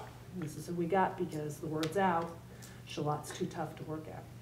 So I think that maybe taking a I would just only remind you that when we did this the last time, it was not a good year. And I feel the candidates you have who would be willing to accept an interim position are a different caliber than you'd get for. Well, Sandy, I spoke with Sandy, and she, there was a lot of animosity when I was at the meeting when the board decided to have an interim principal and accepted her particular application. And Lynn Jonick was there, and I remember hearing somebody ask the question, would she be able to apply for the job if she was qualified? And the answer was yes. And then I spoke directly with Sandy because I was on PTO at the time, and she got told no. So, and also there was a lot of, and I think, yes, you know, when an interim principal comes in and the staff and the board all believe that they are only there for a year and that's it, I think you're going to have a lot of problems with the faculty and with this principal trying to assert their administrative muscle, so to speak. So I would respectfully say, if you have somebody or 2 people come in and they're the interim and they're doing a phenomenal job, I think they should be able to apply full-time. I think there's got to be some way that you can do that without being locked in. No? Well, no, you can. I mean, absolutely you can, but the reality is anyone who's currently under contract isn't going to leave a permanent job for an interim job and hope everybody thinks they're wonderful and lets them stay another year. That's also the difference between February and May. In February, people are applying for permanent opportunities. In May, they're more willing to take some risks. We see the same thing with teachers. They're going to apply for the permanent open before the long-term or 1-year contract because they want to know they have a job next year. Well, then you might want to get, I hate to say this because there's so many committees in this town, it cracks me up, a committee with people, because then we need to really resolve these issues. But the issue needs to get resolved by the board. So they need to get input, but it's not, you know, again, respectfully, it's not the community or the teachers that are going to decide whether or not you have 1, 1.5, or 2 principals. It's the board. Right, and you will continue, and you will, yes, but it's still, it's not a hire by you know. Well, no, but I think that if they want to resolve some of the animosity from the community who voted for them Right. outside of CCS, then they need to talk to those people. Right. And some of them are here, not very many of them are talking, but are here. Right. And Right. they- And maybe more opportunities like this, but I Right. just want to be really clear, they're going to make this decision. Oh, You know, the town is gonna make the decision in the end when we vote in the school. That's true. And you guys have your back against the wall because we're coming up on town meeting day quick. So if you can't have a firm decision about where this is going, then the town's gonna vote no. And then you'll get more time to figure it out, but. Well, I mean, I think we will make a decision because we want to be able to advertise and get the best possible candidates. That being said, our next step, I guess, how do you see this going, Elaine? Do we need to put this as an action item for next week? Do we give you a temperature of what we think we're looking at so a description can start to be fashioned and then? It would be great to have a temperature of where you think you're going, but it should be on your agenda next week. Okay, so my temperature is, I believe we need 2 full-time people to replace the people who are exiting. I'm not adverse to thinking about what Eric suggested of possibly having one of those people in a slightly, I don't know, not bigger role, but with more overall authority. So I would be satisfied with either the co-principal model similar to what we have or to have 2 people. My big thing is I would like to continue to have one person focusing on the instructional practice for the lower grades and one for the upper grades. And I'm somewhat flexible about some other creative ways that we can work that out. I'm in the same vein. You need 2 full-time people to do these jobs. I'm willing to talk about this, but I understand having someone focused on lower grades, someone focused on the higher grades. If we're going to have somebody who's sort of the face at the board and doing the budgets and whatnot, I would assume that their role would be smaller on the educational piece. Somebody would do pre-K through 3 instead of 4, or pre-K through 2, or something like that. And then we really need to make a decision whether one of them is truly elevated over the other.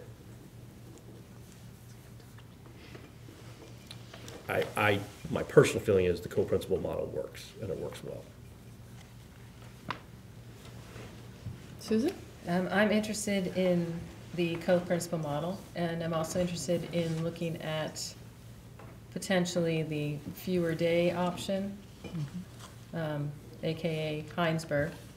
And I do believe that we need somebody who's, triple E to 4 and a separate person that's 5'8". So given that, I think it would need to be a co-principalship that we'd be hiring for 2 co-principals, but maybe one that's not the same number of days as the other. And I don't know if you sort that out by number of children served or families or, grade levels. Eric? Yeah, so I'm in favor of 2 people. I'm in favor of one person who is accountable ultimately to the community, the parents, the board, superintendent. I really feel it's important to have that accountability. I think part of what the relationship with the town boils down to on this, and I wasn't directly involved in sort of the history leading up to this one. I've been on the board a short while, but I suspect part of it might be, the sense that you've got sort of this machine that's running and it's a little bit opaque, and you're told that these guys are going to math best practice or whatever they're doing, but it's a little bit clearer, I think, to the community to see an individual who has accountability. I think it's doable in a school this size. I mean, it's been done before, and I think there's some value in having someone ambitious enough to take on that role. It doesn't mean you couldn't find 2 sort of eager, ambitious people to do the co-principal thing, but it's sort of a unique model. I mean, nationally, I don't think it's particularly a common model, right? So I know it's something that we've become comfortable with over the last couple of years, but it's not necessarily like everybody's doing, we have to kind of do it that way. I mean, I think there's other ways that work. And so, you know, I'm not going to insist that my view is correct, but I'm just saying we could be open to other models, and I think there might be a value in having that senior person who's got the accountability. Just so, I mean, you're essentially talking about a principal and an assistant principal. Principal assistant, and they could even have sort of specific grade responsibilities.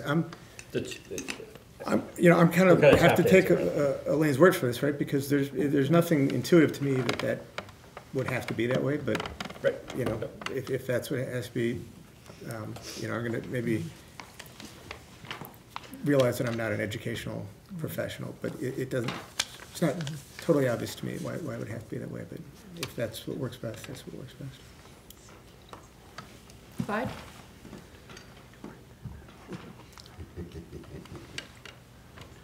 I'm in favor of a model that has less administrative cost.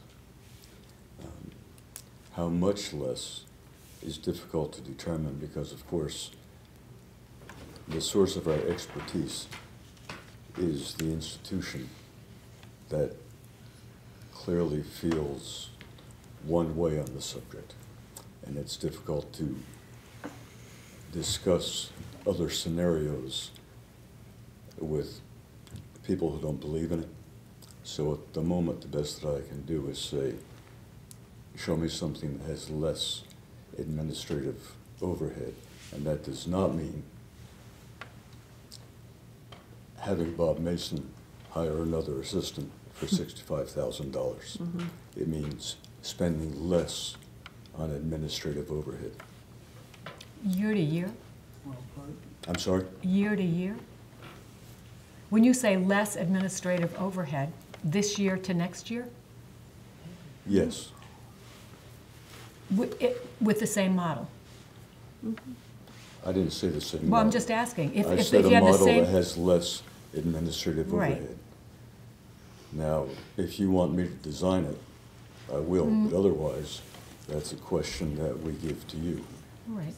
I'm just saying you could hire 2 principals for less than the 2 that you have now, and you'd have less administrative overhead, and you'd have exactly the same model. And that, I'm just questioning whether that's what you intend. To address some of the problems, the concerns that have been raised here, what is the job that you're recommending Greg for? This is germane. The answer is germane to the conversation. Is it the same sort of job? Is it a different job? What is it? It's a little different. The point of that is this. Your objection to an assistant principal model was primarily based, according to what you said, on the fact that one of them is going to be priming for another position. Here we have the lead person, the better paid of the 2 people, who apparently has been preparing for another position. That is not a discriminator in the determination. They're always going to lead. They're always looking for the next thing, whether it's a superintendency or whatever, so that the simple fact of somebody looking for another position does not disqualify a model. So I come back to show me a model that has less administrative overhead. Okay, so practically speaking, I guess what we'll be looking for is that, for some details about the options, the muddy options that we mentioned, if there's a way for us to get them in advance of Tuesday, though the time frame is short, that would be great. I mean, it's my goal at least that we can take action on Tuesday so that we can get this posted and start getting people applying for the positions.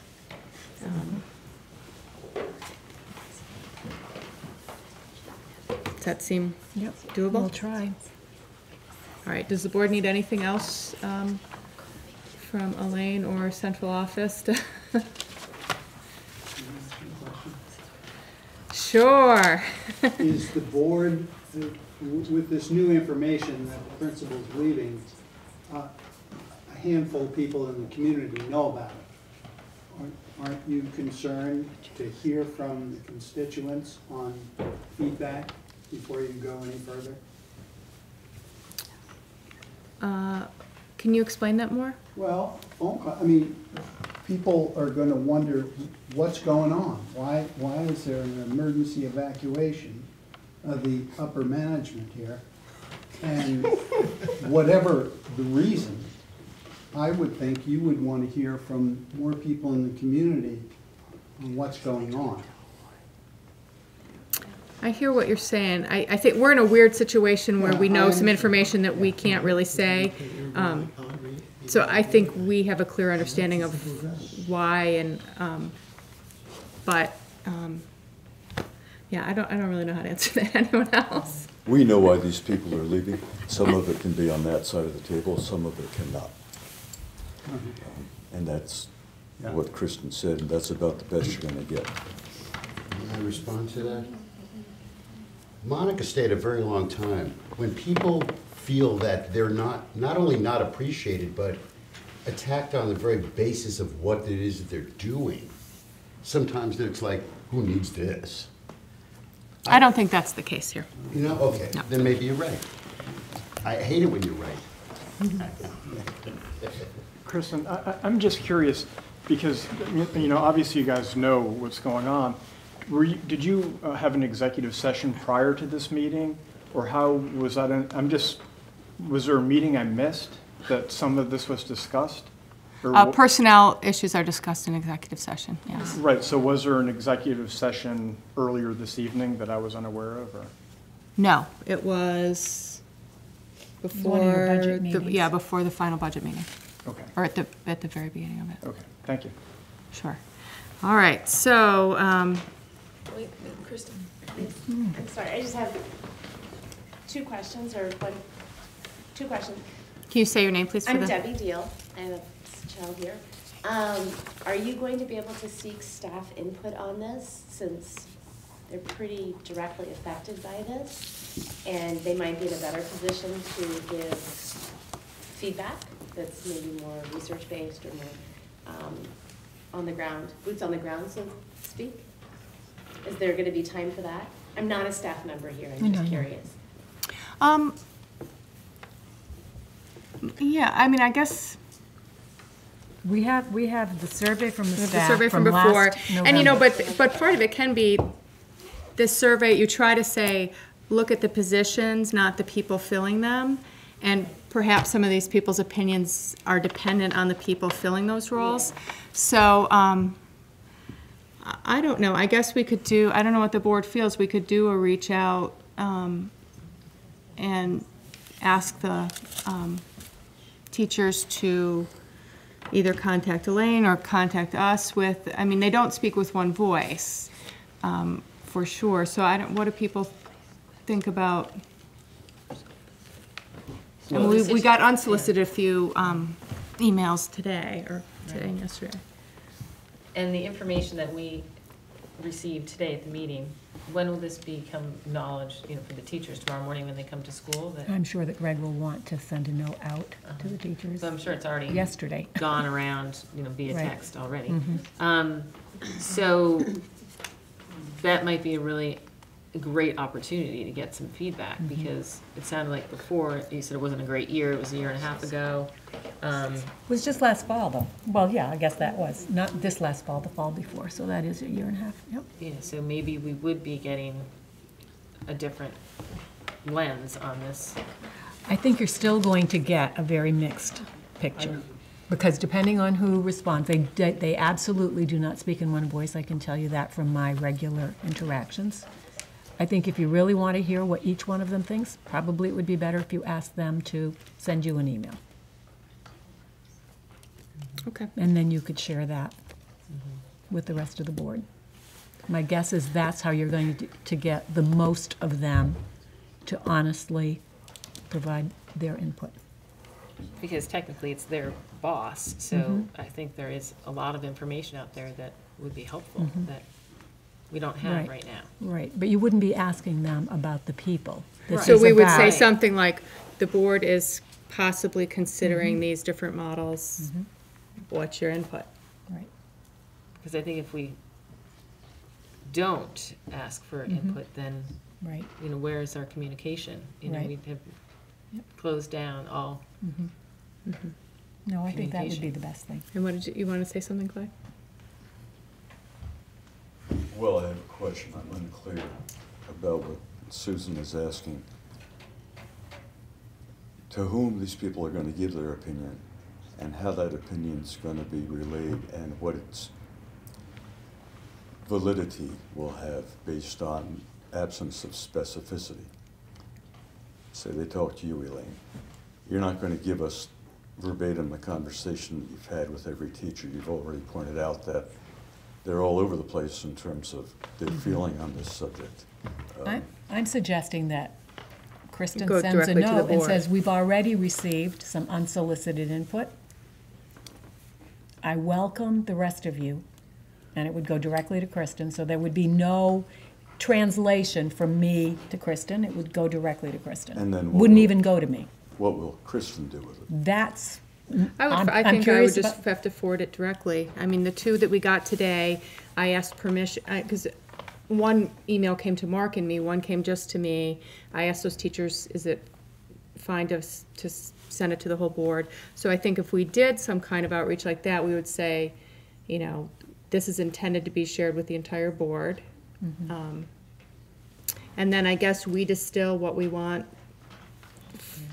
from those, you know, either we give it a lot of credence, we give it, I don't know, and I feel like if we're crafting it, it would have to be something that we all can weigh in on it. This is how we want to pose the question. I don't know. Let me make a point about that. It's a point I've made before, although I'm not sure during the tenure of anyone here. This is a school board meeting. Anybody can come to a school board meeting and express their opinion on a given subject. We should not be unduly weighting the opinion of a particular segment of the population, whether that's teachers or people with children in school or people without children. Everybody's entitled to their opinion. School board meetings are a place where people get to express their opinion. I would be much more comfortable with teachers showing up here and telling us as community members, participants, how they feel about it the same way that these people have said that. Otherwise, you get into this mode where, you know, I'm listening to this person over here and that person over here, and maybe I have a note from that person. that too. And in terms of a decision-making process, it's not a very egalitarian approach to the subject. So I guess my question is, when we finish with it, if we're going to be making a decision next week about this, it's not as though we're going to have an ongoing and meaningful conversation beyond what we've done. So I'm not sure what the benefit is.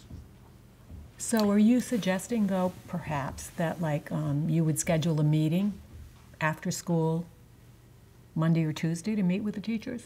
No, I'm suggesting there's no reason why they couldn't come here and express their opinion. Okay, I just wanted to understand. Right. With the only variable Yes. that they're unaware of Greg's departure. Which, that shouldn't change their opinion of the model, though. I mean, I think the model should be considered absent who the people are.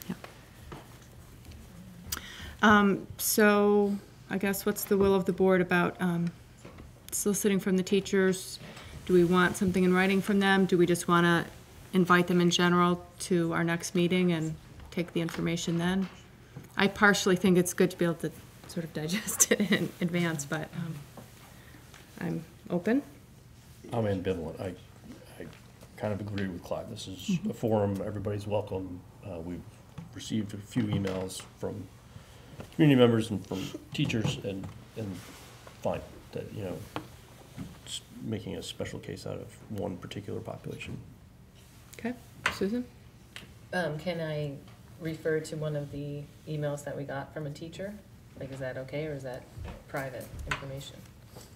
That Yeah. that person felt that they didn't, that they were speaking for a number of teachers that feel like they're not involved in this process, and this is the structure, you know, this is their work, this is their job, and this is how they work, and, you know, I would love to hear their input on what their impression is on a, you know, the environment, you know, what they think works best. And if it is that truly the majority feel like they don't have access to an administrator as it is, you know, that might really resonate, you know, with some people on the board as far as decision-making. You know, it just seems like this is an opportunity to get 40 plus 20 para-educator perspectives on something that, how do we know? We're just, you know, we don't, this isn't what we do every single day, you know, so I just think it's a great opportunity that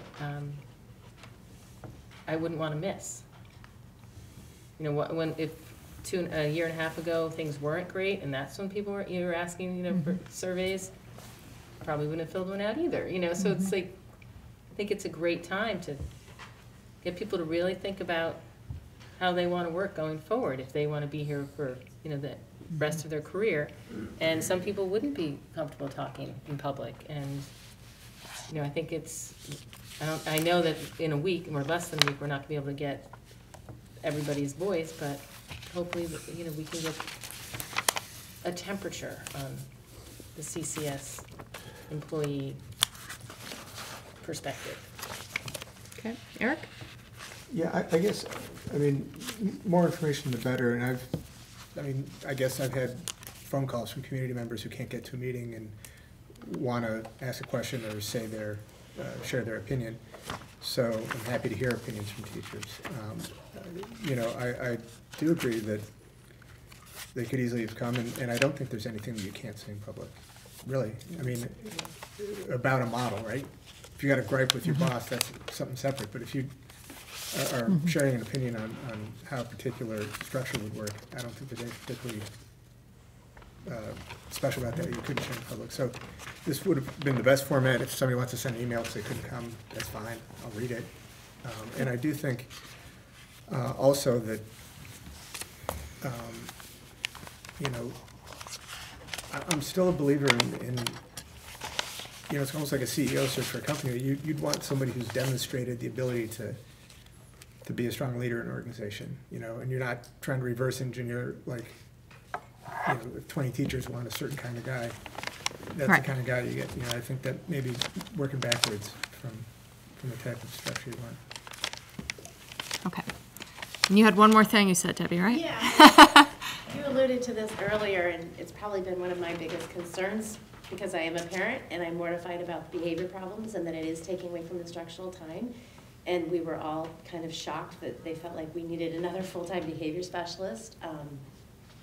I'm trying to handle this in my house. Can we take that into account, that the administrators both said we really need more help with behavior? And we all reacted like, well, we don't want to hire another person because of all the budget issues. I don't know how that fits into their model. I don't really have any answers for it. And if I did, I probably would be sharing them. But can we take that into account, considering you alluded to that earlier, and I think as parents here right now, it's a little embarrassing that we have this problem in Charlotte, and that probably won't help us get a great principal if they're going to be like, wow, my entire job's going to be behavior? Great. That's just my comment. Thank you. All right. Thank you all for coming. Our next... One more thing. Would somebody, this will name delay, put me in current context about the tuberculosis thing? Oh, yes. So there My were- son does not have a positive test. That's what you wanted to know. So they, I don't have the numbers right up in front of me, but they, 8 new cases were confirmed for the bacteria not active, you know, having the bacteria on Monday. So totally there are 15 students, 1 adult, I believe, who have been confirmed to have the TB bacteria. They're not contagious because they're not active. I think that all of them will get a chest x-ray, and that will determine whether there's anything active about their situation. In 10 days from each of the testing, so 10 days from the testing that happened. 10 weeks. Or 10 weeks. 10 weeks from the first. From The first test. From the first test, and then 10 weeks from Friday, they will do the test again, because there is a time lag there and that's where we are. And what's the current position? Have all the adults in the building been tested? I think they're They doing were all makeups. They were all tested yesterday, and wait, what day is it, Wednesday? They were all tested Monday, and their results were either read today or tomorrow, I can't remember which. And there might be a few people who weren't here Monday, and they're going to do those makeups. Thank you. If a child has a sibling at CVU and they tested positive, does that mean the kids at CVU need to be tested too, as well? You know, really, that is a question for the VDH. I think the answer to that is no, but I know that every time a child tests positive, they first confirm, are they contagious? And if they're not active, if they don't have active TB, they're not contagious. Right. But they're doing that assessment for each individual. Okay, that's what I thought. Thank you. Okay, there's no director's comments. If anyone wants to say something, by all means. Otherwise, our next meeting is Tuesday at CVU, 7 o'clock. And if you haven't been to our meetings at CVU, if you just come in the main door, there are signs sort of leading you along the way. And if you come at 6 o'clock, you can come to the common topic, which this time is about birth to kindergarten. What are we doing in terms of partnerships and reach out to families? Kristen, is that the last meeting before town meeting day? Yes. Yes. But isn't there the meeting the night before town meeting? Yes. Yeah, we're not, the school portion now is the evening before. I can't remember right now if it's at 6 or 7. I think it's at 7 o'clock, and it'll be in the MPR. Yeah. All right, well, thank you all for coming, and maybe we'll see you on Tuesday.